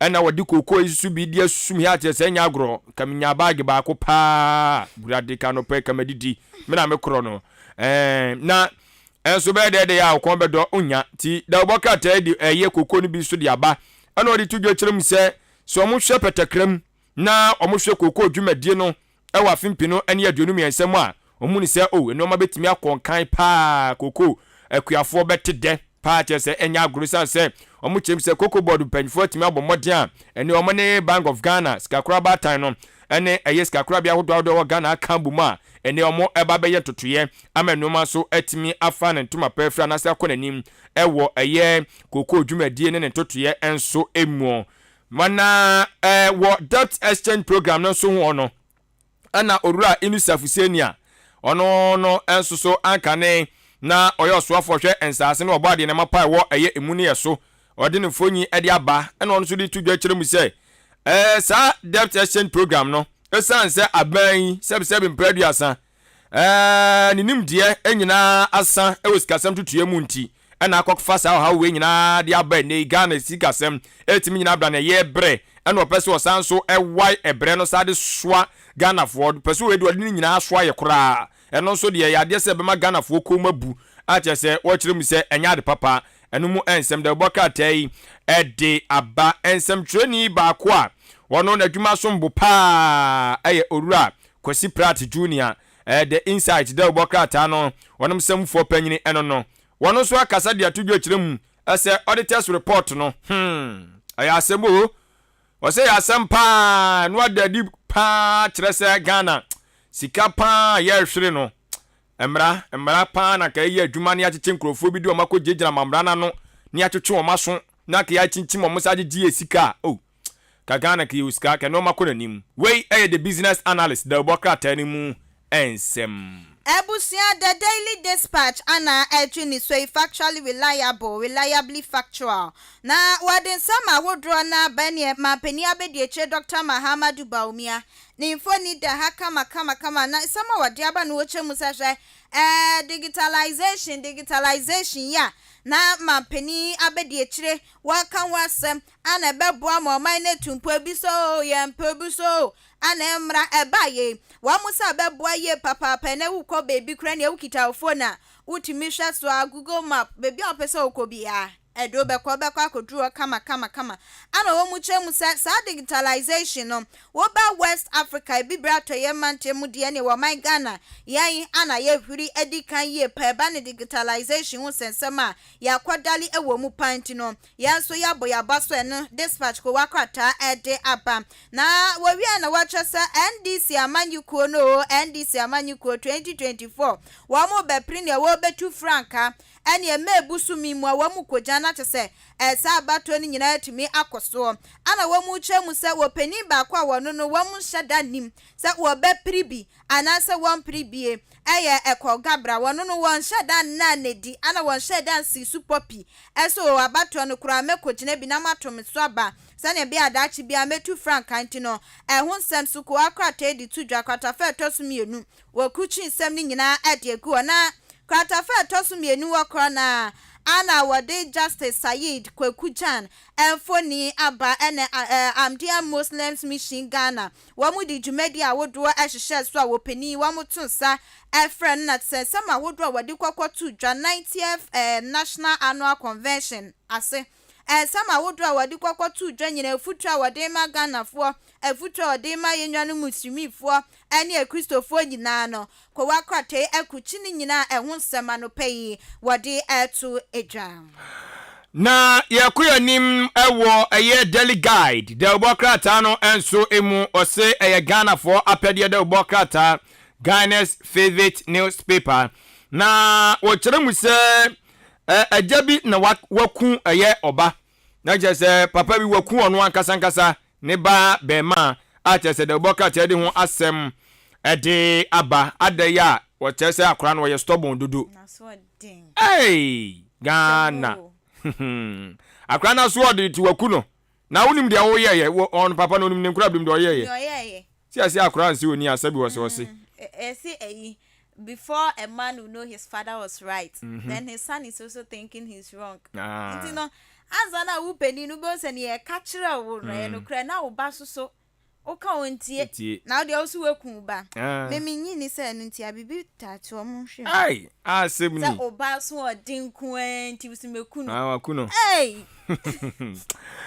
enti alishimama we ayatoya mantam na si ye ti da obokrata e de aba o kenkan a obohunu sade ye ensem na nkasa sibi enso etie wo Asante mantam so school to aso ba kwa no eyensa no dwuma ede Krobia Asante Technical Vocational School. Wachira says this am no kasei basabasa ye course e wo no ma adesuafo says school na japade bebre no and am so amane ya posifo kire mu se omo hwehwe eye school no the other adesuafo no nyina no na je school prefect no wono mo hwehwe wono mo ti eno won sem da obokrata dia ba o so wa ye wanted ti sia ne de Krobia Asante Technical and Vocational School no omu school prefect no o chese o maso aye she papa police force from den na owie ye no ana wode atudwa kire mu se ene abana ye na adwe se je wono so hwe animu se IMF fo wono mo empanyufo betimi age eye eja yesoso yade hiade ade akwakoto o mani manase yade hia asem ede o mani mu so yasene no wɔse hwebe anya hwe kora match bosumi nim de ɛwɔ sɛ ɔmutimi enso ɛte ase no mbɛso yasene nya saa de Ghana ye yaso bɛyɛ hye papa ɛho asɛm ɔde aba Ghana Water Company for na ɛbɔ amane ɔmo kyerɛ mu sɛ ensuo anhwɛ ho betima yɛ den kakra ɛwɔ ɛyɛ enkrampuni mantam ne miaya ahodo bi sanse ɔmonya chimato bi ɛwɔ mu fidie bi so ho ɛna da ɔbɔka tɛ so de mu ensɛm ɛde aba ɛgya COVID-19 no enso so ɛho auditor report a ɛba montene ɛso no da ɔbɔka tɛ sa de ho enso ensɛm de aba wo kyerɛ mu sɛ sika bote bi ano so 4.5 million COVID-19 sika ne bi o sɛm no kase ba bi ano so akɔwura no ɛho nsɛm ayɛ bebree yɛsɛ agya yɛre kwa kosi company bi a ɛno so ho nsɛm ayɛ de twa grata fɛtɔ so miɛnsa wɔde ho nsɛm de agu hɔ no ma de hyemama pɛ daily guide da ɔbɔka tɛ no bi na kenkan etumu enchine abusua ya toasoa daily graphic okunim ko wakrata ana ejunu so see truth and accuracy every day na kwakrata di aba na ochem sa asase ehun sensem bi asase won tokwa akwaso abese emfihia no edi okunu ensia 96 years ni a asase won sensem hyase afei ana wometimi atutu niema ya matese entiase ensusu etimi aye adwuma wonsem wose ehyase afiti 1927 adiaba besi 2023 afei na entiase etimi aye adwuma ntia wonsem anope wonsaka daily graphic akrata na ensema wodo ni nyina wakuchi ade agumo na afi atwam ne ehyase akeka ya so yesi afifu from a ene enyinam kanea ene ensuo hu bo ebe kosoro ne adeade kyese ya ka na kratafa so edumiensa ana association of we call from say Association of Ghana Industries wamodi aba na wamu kire mu sa no wamu bon shada monyi so womani nye hu ntino wamu de ensama wodro na atudwa wamu se ko wamu se ne oman mu ayede na se ne sikasama toba han yesi eba betu enyinam kane mu ye betu ensuo buom a ebe ha adwintino wamu empene so kwata fe to so dumiensa wade ehunsem nyina atudwa na aban ne kire se sabre wani sikakra bia wodro na ne entiase aye juma domestic debt exchange program no entiase aye juma no so nsem ko akwate ediaba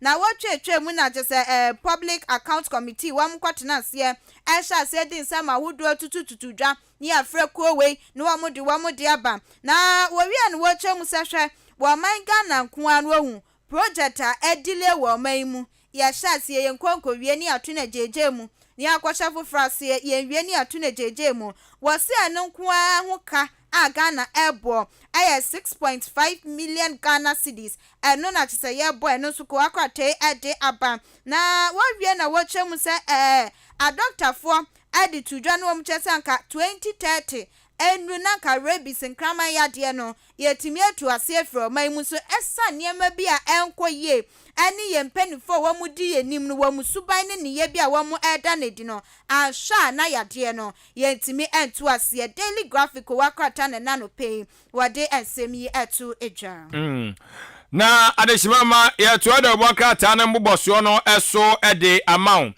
na yede the chronicle da wakrata no ana ede enso eba the chronicle da wakrata no ana wade eye orua Gregory Afoku emfonyi di aba ana afeso so no nya ono nko a emfonyi no de ebaye wode eye enkane eye okopiem apa east ho no ma na de ono eye MPP tutrani edema wonum eye owura eye Adams Mahama no no so system no kasai onka ati asfasa ase hu abi mato na mwonse do na sansam ye hwehwem na omo ekire mu se owura Gregory Afoku ono ana sabi mpredua so di eye opanyini eye Adams Mahama awuo na eno na asem na kopiem wo koto a chese kwaduboni echechire semu no wo chechire mu se arehopa se eye owura eye Gregory otimi enso edi owura eye Adams Mahama awusta na ose yade areho na nsem na kasa ne people no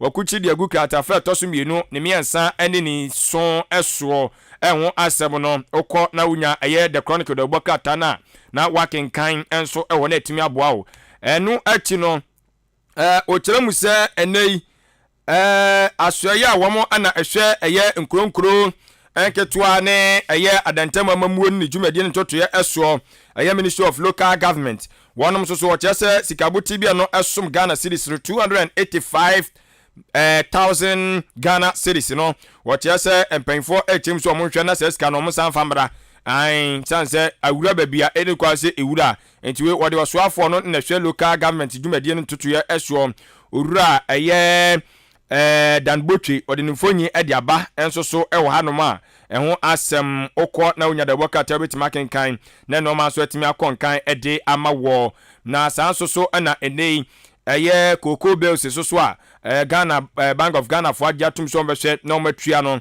enso wonsem da wakata edi aba na ene ni quotation no ewo Isaiah 13 verse 18 okenkan tire konkono ache bikura kwa asore nso ache ene de bomode na wakenkan ne hu asem kora wo ho eya asem a ede epa the chronicle the obokata ni mu ensem Abusia Ghanaian Times most authoritative newspaper ana yede etwaso na kwakwaten sema wodro na yedi kan aboboso Krobia Sante Technical and Vocational Institute chese basa ya wodro ekoso ewo ho ne chese suku ya tum ya de credo ato no se gegraw ya tum ne ho semwode aba na kwatafa toso miensanim ana wode aba wo chem se wokuanim bia na posifo ana se kwata hye no ese won kwatwera ban kukumu emfihia ne pole nan ne boni a woye nyina ne se wotimi abon ho modin a aboira eye police commander bi Bangalo ana se wakwakobo kro no ewo ho nti amane 4 years won kwatwera ban kukumu nya dwumaden emfamwa wo my Ghana afei that exchange program a ye chemu se bank fo aje tumu no nti ase ye dwuma no ene mo sam so wode aba betu edwa na wowia no wo chemu se ambulance no ebiemu sa beba o ebiemu beba we auditor general's report o de ba ye no efabie ana wo chem se ne ebeba ne ye makomako 26 ana ebeba na eho kan eye $4 million no so no ko wakwate ede ho sem nyina da etudwa enanu painti abusia we eye Ghanaian Times ko wakwata no fa we ni piece ni anko inside dabi yede no abusia mame enfa eye ahenkan newspaper entwa eso na kwakwate ahenkan newspaper ne ensam de yekuchi bi papa sa LGBTQI lesbianism ni gay fo yin sem yegusu kwaso ntene Ghana penifo wamani abriye papa esa wamo ebehwe na wama yo ye kire ade etia yemra hye bedwafo no ewosa bill no wamutimi gitumu anti LGBTQ bill no wamutimi gitumu ntine ntia wamo twentwan so no wamo ntia ase enti sade a wamo so beye wo ye kire traditional leaders no ahemfo kan wo bie wan betu amu agu monten so aye ye kire ye pa ahenkan ko akrata ede ewonsem etudwa sanso ana edwanu sensem atape ewo eyento asosuku awodo nim no ko akrata ebo ehudero na wowia no wochemu se adehia wamo ewa achimoda enkwanta ene womani abriye party emu friend penifo wamo se wamo ICT na fei library project bi atone ba ha osha ya tuna jeje mu atse edan ye si akama inso politank bi esistro na ahwa se ne ehu afu ICT ne library power ehu afu anase ye tunu ejeje mu no ache ye panti wo mu friend penifo se ye wo mu mra metro aso se ne be ebeboa ama edisua eso etimi akọ enkanti we eye ahenkan newspaper okay mama me namase na fi yento aso aha but our friend is embo Ira Duncan Williams Archbishop oni East Udanaba omo kire se National Cathedral na bitimi amon suspend no omo kire krata dia koma empanimfo no se bitimi a omo ye board members de board of trustees no omo ka ho but omo kire krata dia koma National Cathedral mpanimfo no se betumi a omo suspend ni sie no na omo mpe auditor independent auditor now baby omo ye adwuma na duru no audit omo adwuma no a na omo audit wi omo fa meto abonten ema Ghana fo nyina enhunu bi ansa na mo beto aso a mato aso ene se ne kwan so no asem ya na ya no mfo efra se keka ya mo se dai Omampani Akufo-Addo wontie afutuo bi sei. Enti se Archbishop hwe na se ɛha no a on resign. Tiawa. Asa ba ku resign. Tiawa. We board member. Nti wo hwe na se ha wo a. No resign. Na se we so de on ka abone. Ɛdan ne de o de asia na ebesi. Na se obom nka se dan we. Ɛyefo ne tuo Omampani Akufo-Addo fo. So ayi ka ho. Honorable senior Osafumafo. On senior. Ɛna Dr. Insia Sare nso ka. Yeah, ono so ka ho. Ɛna ho abiem. Amu akaka ho. Ɛna Council of State. Yeah. Omu nyina tuo Omampani fo. Sure. Eji asembe ne omu ka kire no. So beautiful.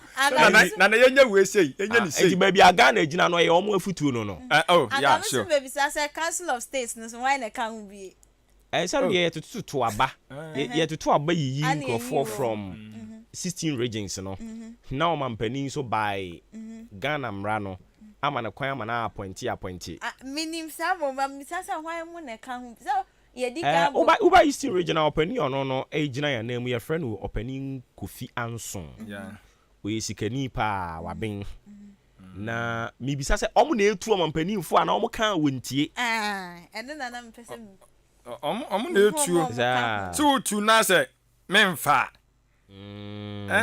Tu di obetu o. Na se mefa no ne asem no. I see. Ana what's na where you so mu metu fo. Enti ni so mu catch on as we enti ana because me drum enti ase say if say Omampani na adwun se otie futu a ho. Council of State na wo no. E de na hu hia se o say akoyi senior presidential advisor. Ono na adwuma ne say. Na Council of State ni so adwuma ne say. And a job for the old man. Senior presidential advisor no. A job for the old man. Send the ministry now omo no senior hwan no. Omu gu no na senior minister. Senior minister ye gu no. Na o mane kotene fie enye. Nti na wo se san pe office bi pa konwa bi si ho. Not. Na ye pe din bi to so. Unse MPP for the say ye ba no din to a. Nti say Nyankopon ye wadom na wo nyem wo yere na wo hunu din a wo fa ma no a. Wo ben pa ayi aban ya.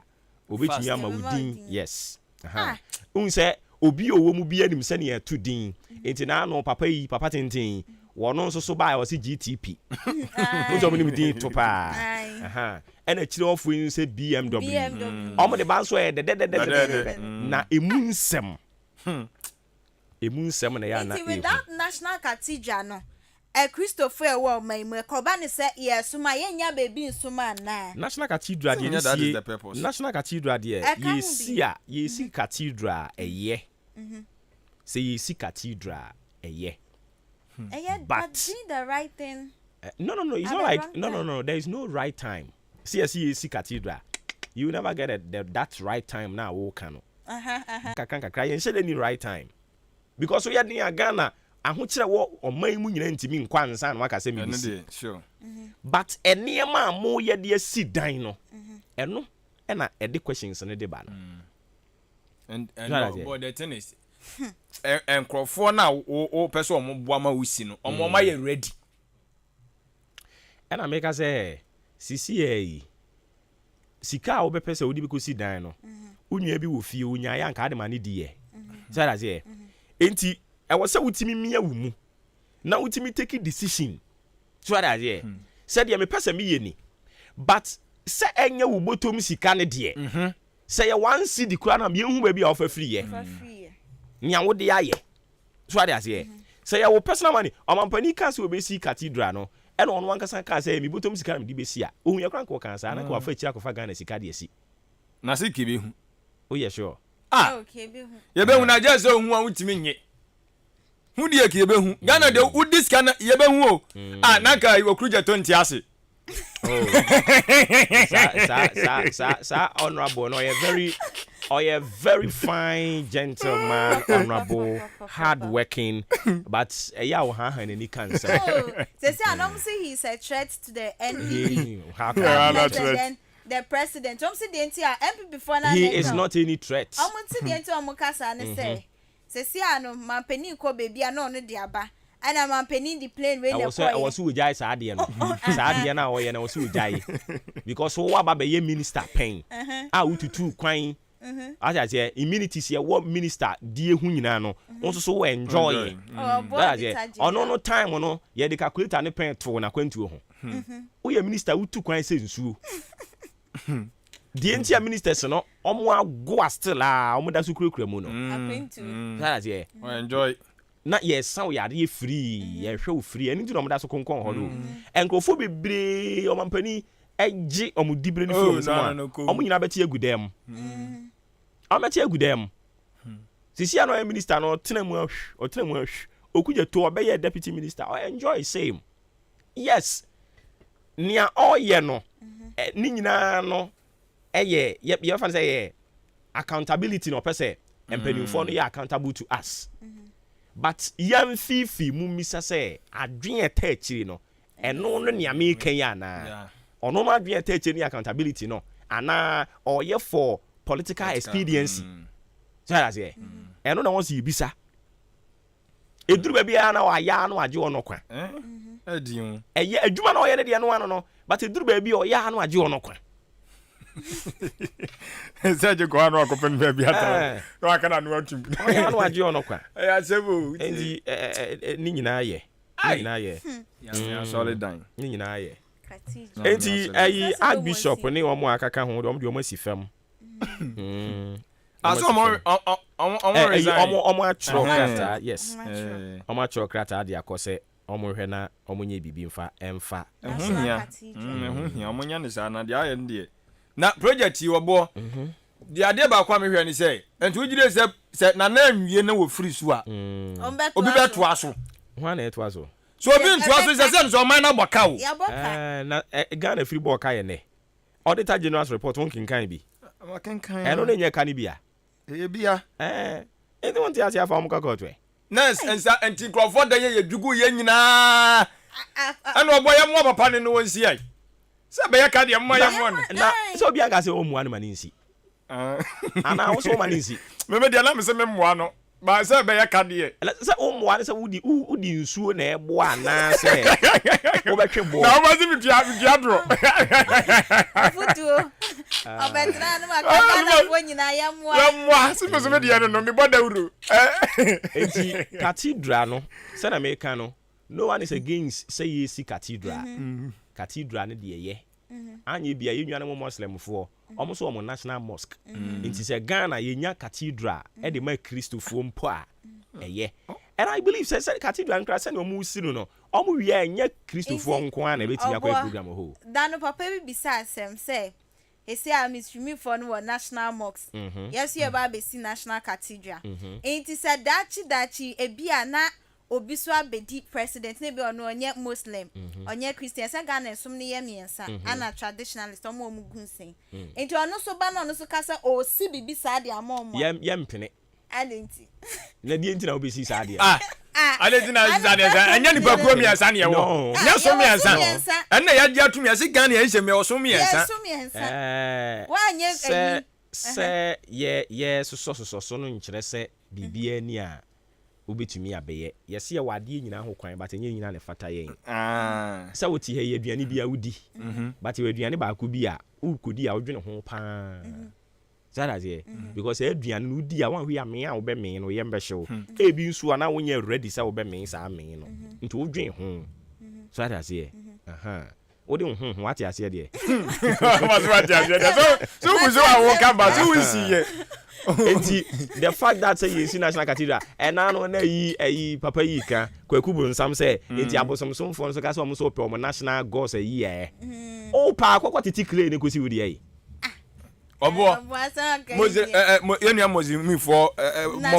mox no musi ye no eno aban omo o man ticket aban de wumbi aban contribute aye den na ndi anya huo na we de abaye huo sei because we no mo edi animu na kromfo ne doso ai an asamba kureni akromfo no me dia ya me hu yiefo ne doso enu ntina ma dede ya abamu no enti dia wo kan na ai national cathedral no ye ne mampanyini na esi wo hu national cathedral Ghana na esi ye ne mampani na ekwohye sa abo no asembeni Na we so no so we sini dia ne dia mo. Me dia say Moses for die. We say aban sika wo bi. It means say enya aban na si ma wo mo incomplete. Na we so no obi na kwase na mbo. Na agbrade o de yamfa so na we beja yi. Nyankopon ya domo a Ghana ya di sen 6 match ni ya di sen.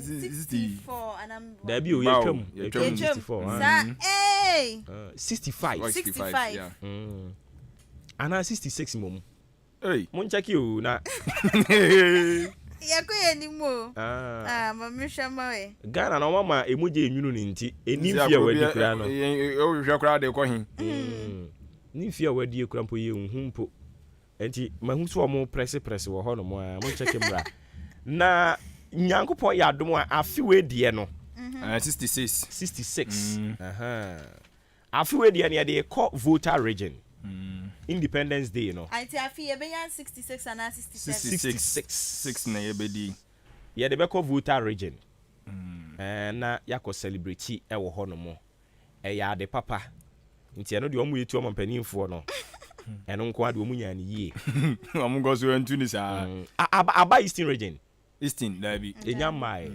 Oh, okay. Enti dachi bi a omampani bi obebe bia metoa so. Na ono nso rotate ni saa. Na obia nya the share of eye saa ade no.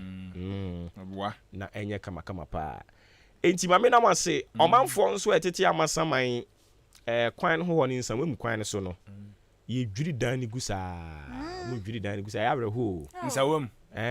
Ayi amasaman pokuase nsanwe mu nso mo ye kwan no omo dwiri nkofo dan gusa na se we dia you compensation wo ntia ne abrosan areho echemu ni pepepe ni ejesi wo areho Ghana ni a compensation ebeso sa dan no enni ha se we time we see ye ne saraze ene cement block back we ayi cement bag back we say asase kura no benya bi so atiase ye enti enya sam keto abate mo so ko si dan a ekwan ho pɛ de ye nsi hedan wo ho ekwan ho pɛ ne ye mfa permanent structure nsi ho wo si we nyina wo si enya planning ho afui omo gugu office ho se wo so mo ne planning ukọ ayi mo assembly ha yi a wo be ko no madwara no pɛ sabire wo dware obo pada o ka dwuma abo 8 abo o wadwuma dada o ti wo jinchia Osu enyina mi hu ye san tuo nya ya yo ba bia yesi we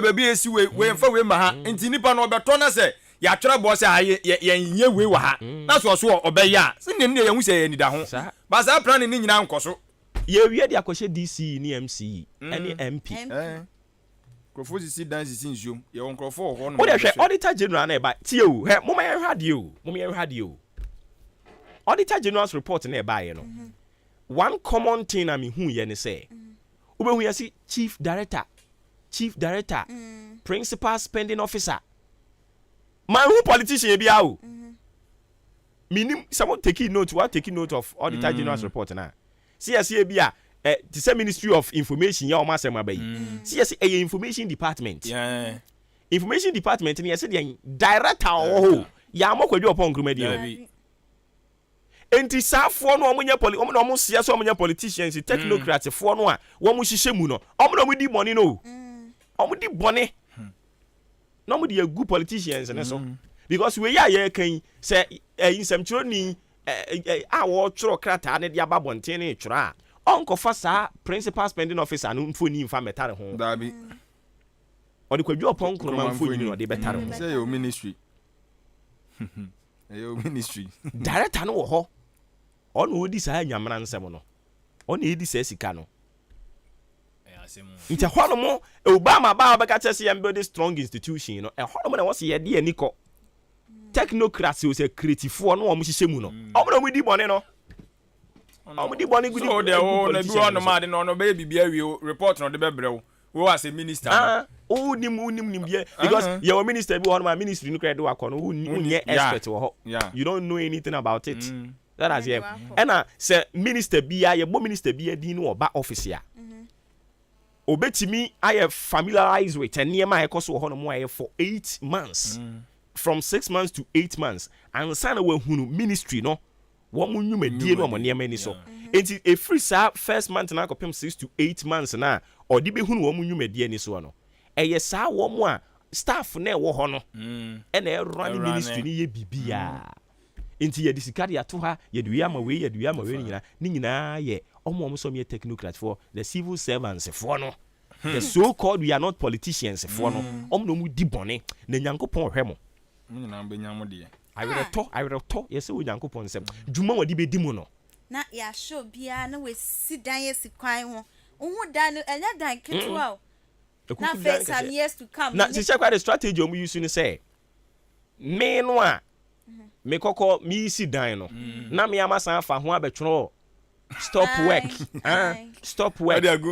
Produce permits. Enti o no a wo free assembly ho no duru ho no mo abeka say ma be gu o dada. Ma be yadwuma wa ha. Some woman nye adwuma.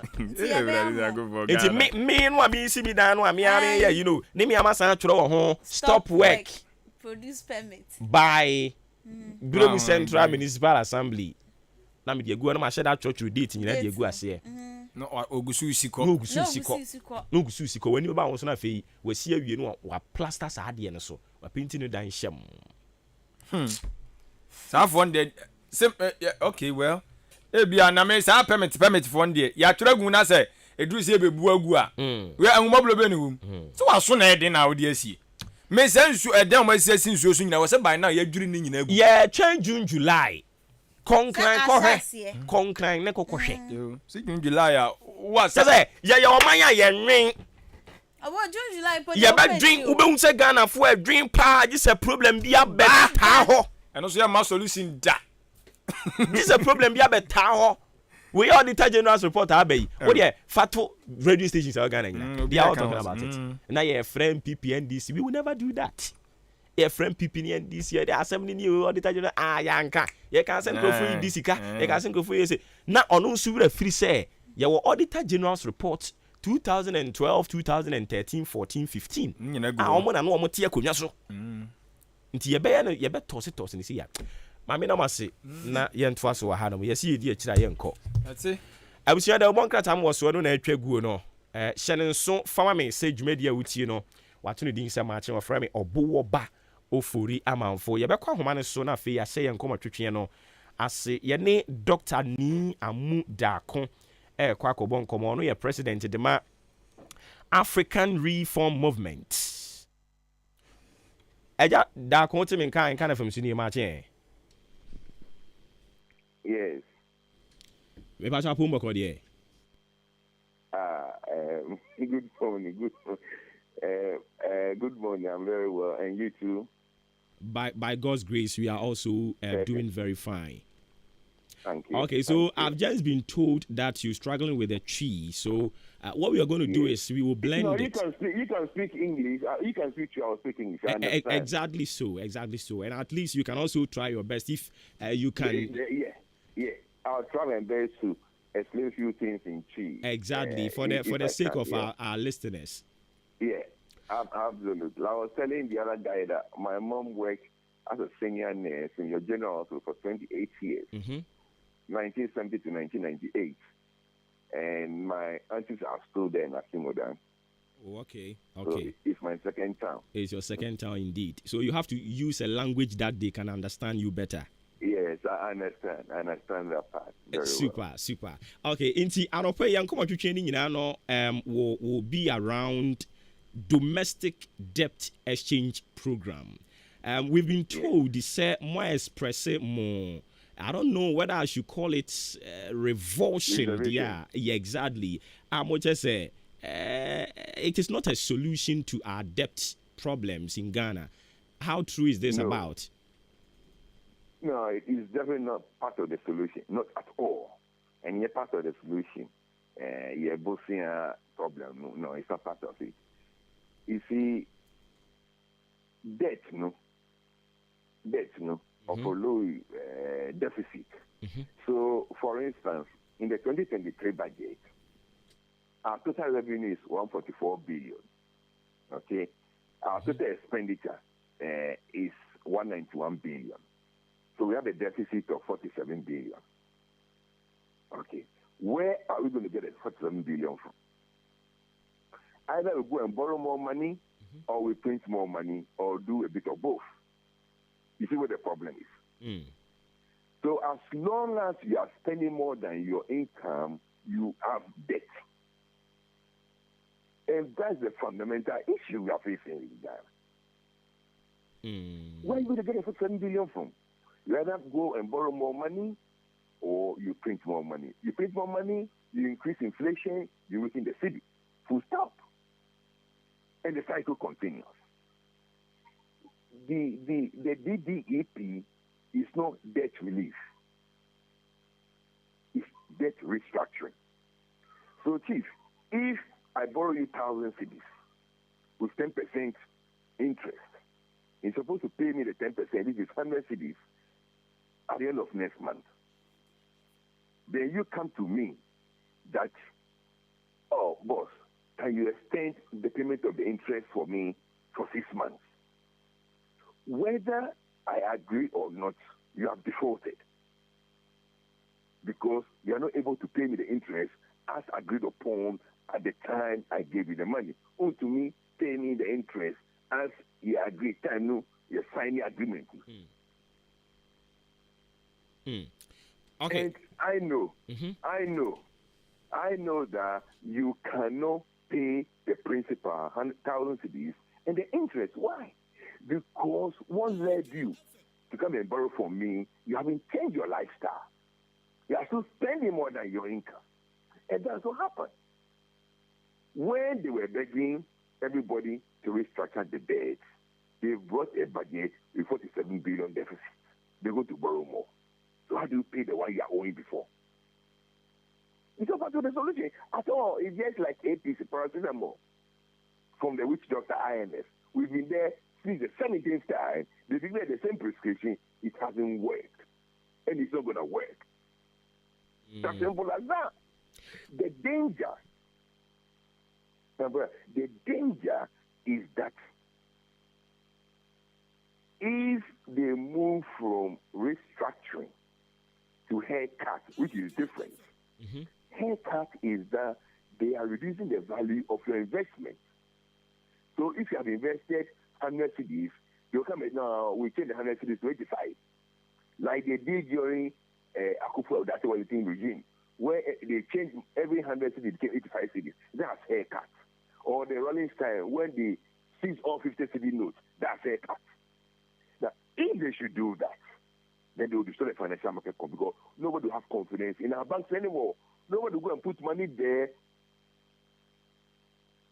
That in a few years' time, the government comes, borrows in the heavens, and then decides to reduce the value of their investment or their savings. That will be the end. So that is a problem. Because you will not go and put your money in the bank if you know it's possible somebody will come and reduce the value of your savings. Will you?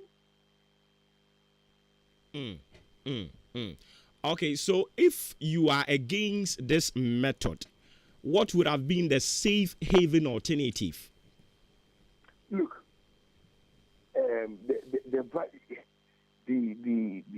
okay, let's look at it objectively. We all have $1 trillion cedis. Okay? We all have $1 trillion cedis. Not bilateral, not multilateral, that's between us and countries, but between us, largely between us and investments.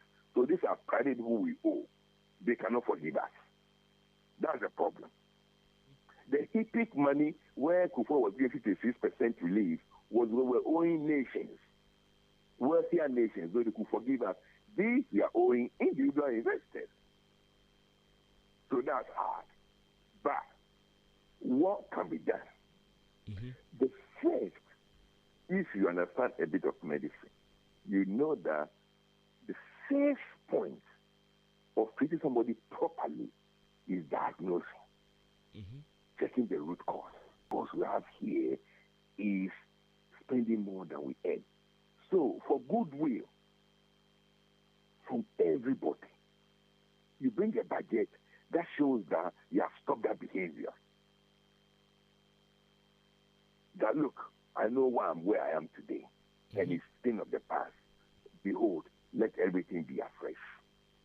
Like we are told when you become born again, let's forget the past. then you bring that in.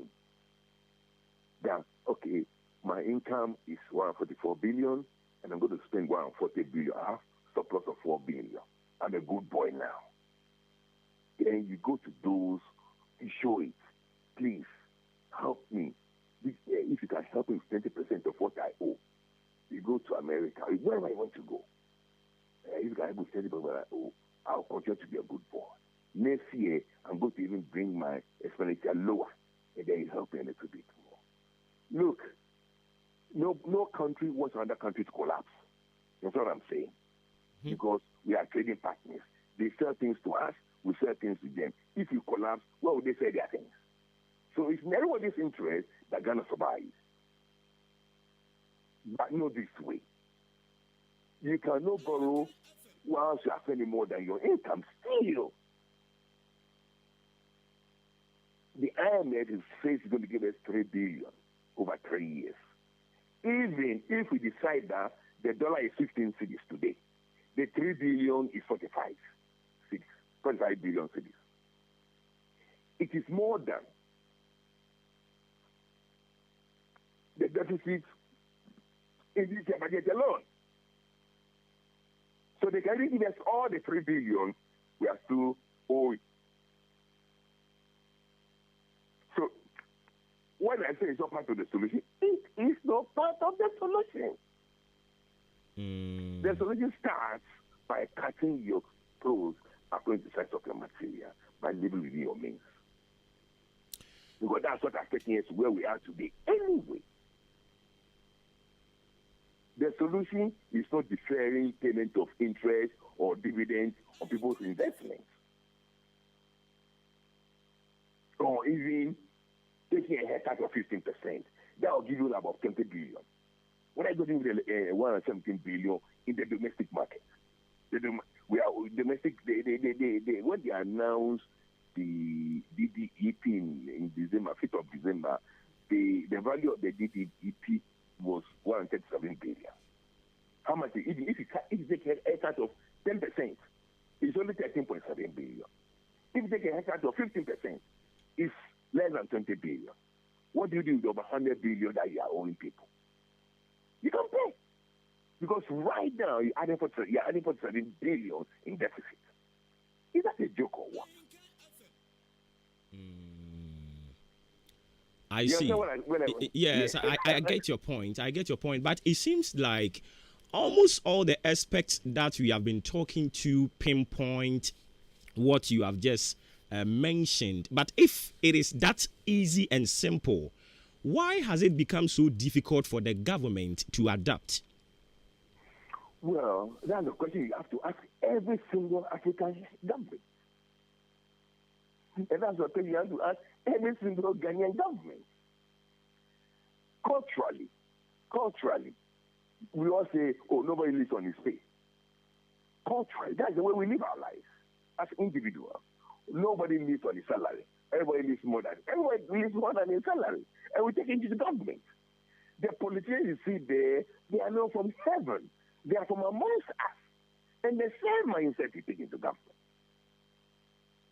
So we keep going to IMF. All the time. Because the same mindset, it's not MPP, it's not NDC. If it was another government, it's going to be the same. Because the mindset hasn't changed. They'll tell you for Didi. Is that not true? So what's the big deal? For Didi? It is very deeply ingrained in our consciousness that it doesn't matter. Is it a case that they don't have the country at heart? Part of it is that. Part of it is incompetence. Part of it is just cultural. Because you struggle to understand why somebody, Magufuli.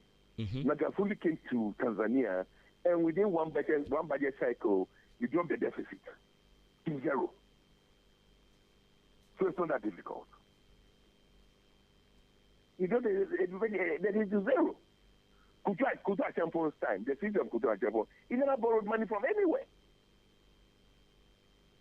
He never borrowed money from anywhere. So it's not impossible, my friend. It is, look at where we are right now. And then I think you're building a cathedral. Where would the money come from? Money we haven't earned. Money we haven't earned. So it's going to the debt basket. You have to borrow. Okay, so and it goes on, and it goes on. Now we have resulted going to the IMF, and as we speak, we've reached the star level agreement. Do you see the government making any headway? No. Why? Simply because the star level, these are all just words that they use to confuse and whatever. What is the value of the start level agreement? 3 billion over 3 years. What is that? Do you know the amount of remittances Ghanaians bring from abroad to Ghana every year? It's probably excess of 6 billion. What is 1 billion a year? What is 1 billion a year in the scheme of things? But in the absence of that amount of money could cost the country. It won't cost the country anything. The 3 billion, like I told you before, if you value the dollar at 15 cities today, the 3 billion over 3 years is 45 billion. Okay, but we have a budget deficit this year alone of 47 billion. Why the 47 billion deficit and you don't need 45 billion from IMF? It's as simple as that. Why the 47 billion deficit and you don't need 15 billion cities from IMF this year? It doesn't come anywhere close to what you are spending. Okay? 1 billion this year is maximum 15 billion cities. We have a deficit of 47 billion. How does that help? So, in that sense, going to the IMF can never be an antidote to our problem. That's why we've been there 16 times. We are there the 17th time. If you are a patient and you go to the same doctor for 16 or 17 times for the same ailment, then you are sick. You are very, very sick. Wherever you can even imagine. But at least their remedies could sustain you. No, not at all. Like I've told you, our deficit for this year alone is more than the total value of IMF bailout. So how does that sustain you? And the IMF bailout is not for free. It comes with interest. It's not for free. Okay. It's money you pay back with interest. It's money you pay back with interest. It's not free. So the main solution is to cut your clothes according to your size. So that you don't go to IMF. Exactly. Point well made. So we will thank you and get back to you as when we find a need. It's a pleasure talking to you this morning. Thank you very much, sir. Sorry I couldn't speak much in Chief. I hope you later explain to your Exactly. We will do exactly so. Okay. Thank you very much, Chief. Okay. I'm humbled. By Dr. Ni Amudaku, a president of the African Reform Movement. And the other country and common in essence, and come on, domestic debt exchange program. Now, almost say, sa haircut, and then Mukran and I say a seminar. And no to me, in Sano, and fama a car ye dinner. You see, the canya perceive kutia. What's who could be fast to send me the kutiameka? Semi watch the minty, there be a card ya would dear.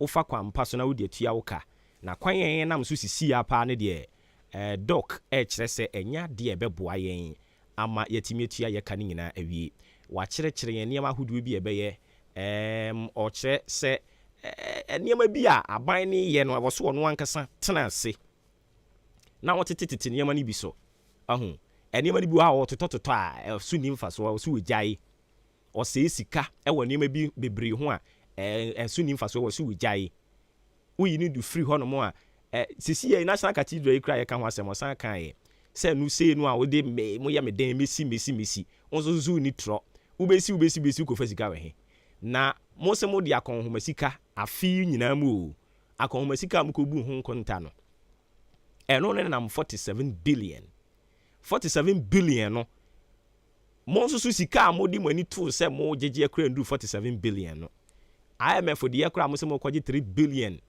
eno mpo wo de ba Ghana sika mu 45 na che se still no ano budget ya ya to ho no IMF kura de wo musika ne ba enye ye hwe intina ye koya na se ye bae akoye se de yibu ye pandi good and two mu no inti on de o chese mfa so ni so ena ye ne no edi nkomo no edi asie ye toa so de ama wo na eye benada January 24th 2023 Maakye eni dwumadi ni din ba bia ye duro no ye bedane ye ho ye ba ye de aka nyina eri toa so enko ba bi ofre me Obuoba Ofori Amanfo wadwe nkyere no de befa 0594 841044 0594841044 ye ba ye de aka nyina etoa so mwadwe nkyere no nso ye bekenkan bi e de ama wo e ba to tiwe mayen ye ba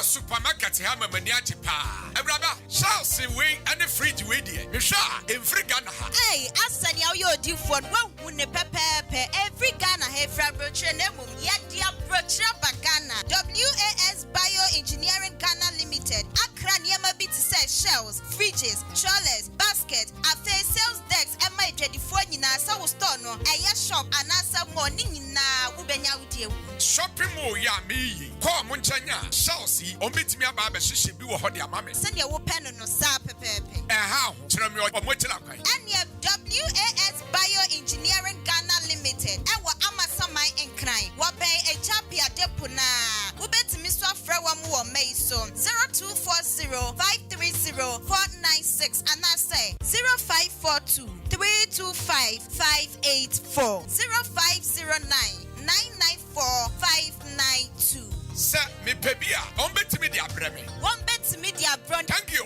Me kwa hosesia.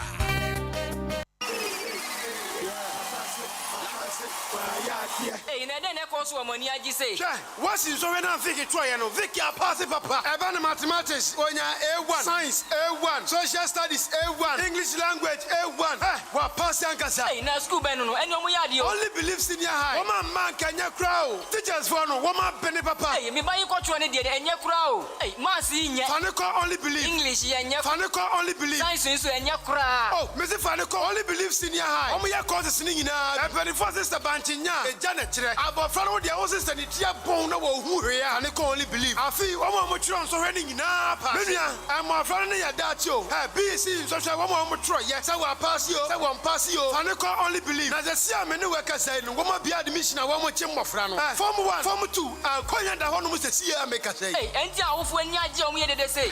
Ye kan kire. Ye say body ani one ye din kanfo. Only believe papa. Abofra ne ko ho na ne so hwe ne de. Ko bia school be ma chachire for me for so mmofra na pass ne de. Womo be ye. Wo school fees so de ne board and form boko. Obetima tua ne installment. Kakra ko yisa abofra ne be wie school. E school ya pia ne platform ma watch admission. School fees ne crowd ye e ma ne nya dadwen. Wo dia ne say wo de wani be kire mu e wo only believe senior high. E di for wani kire mu wo achim go krantum. Anasa fresh 0240202148. Anasa 0247670736. And 0500041317. Only believe senior high school. Yeah, call.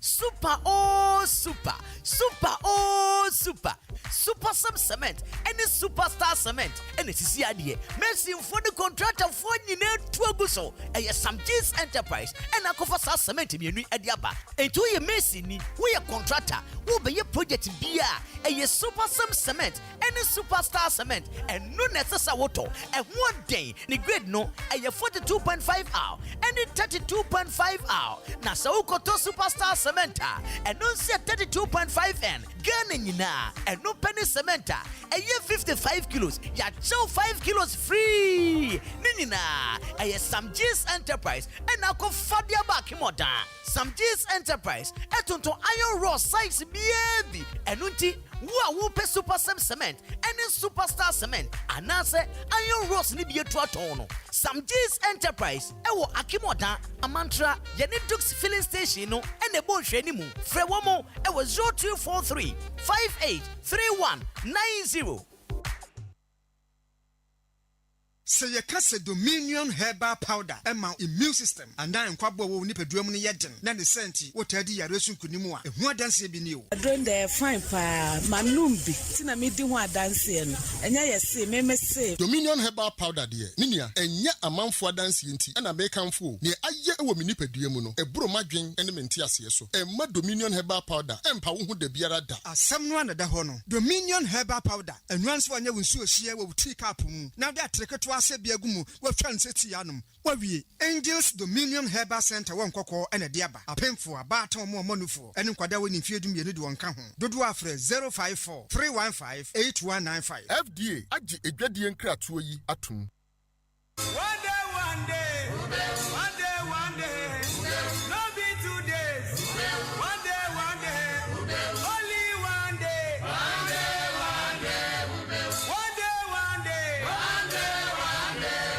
no be 3 days. One day.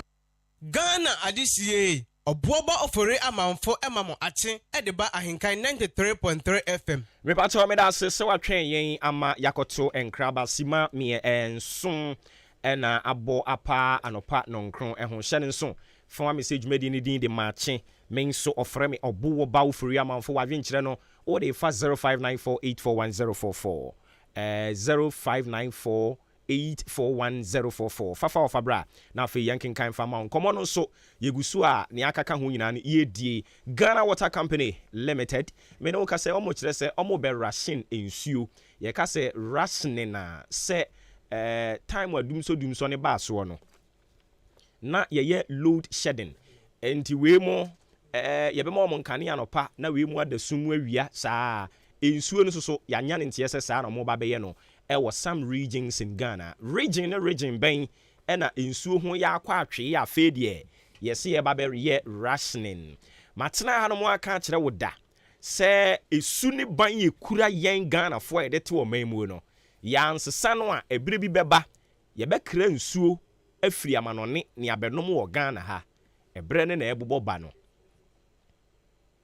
Na minumienu a se yese yen kra nsuo mfiri amanone mra yentimi nya sika ntobie no menumienu na wose ensuo kakra bi na wo ho no ye bɔ ho ban menumienu o na wose ye bɔ ho ban wo de pure water impokura no e ba ye enipa dodo sen no mutimi to pure water nom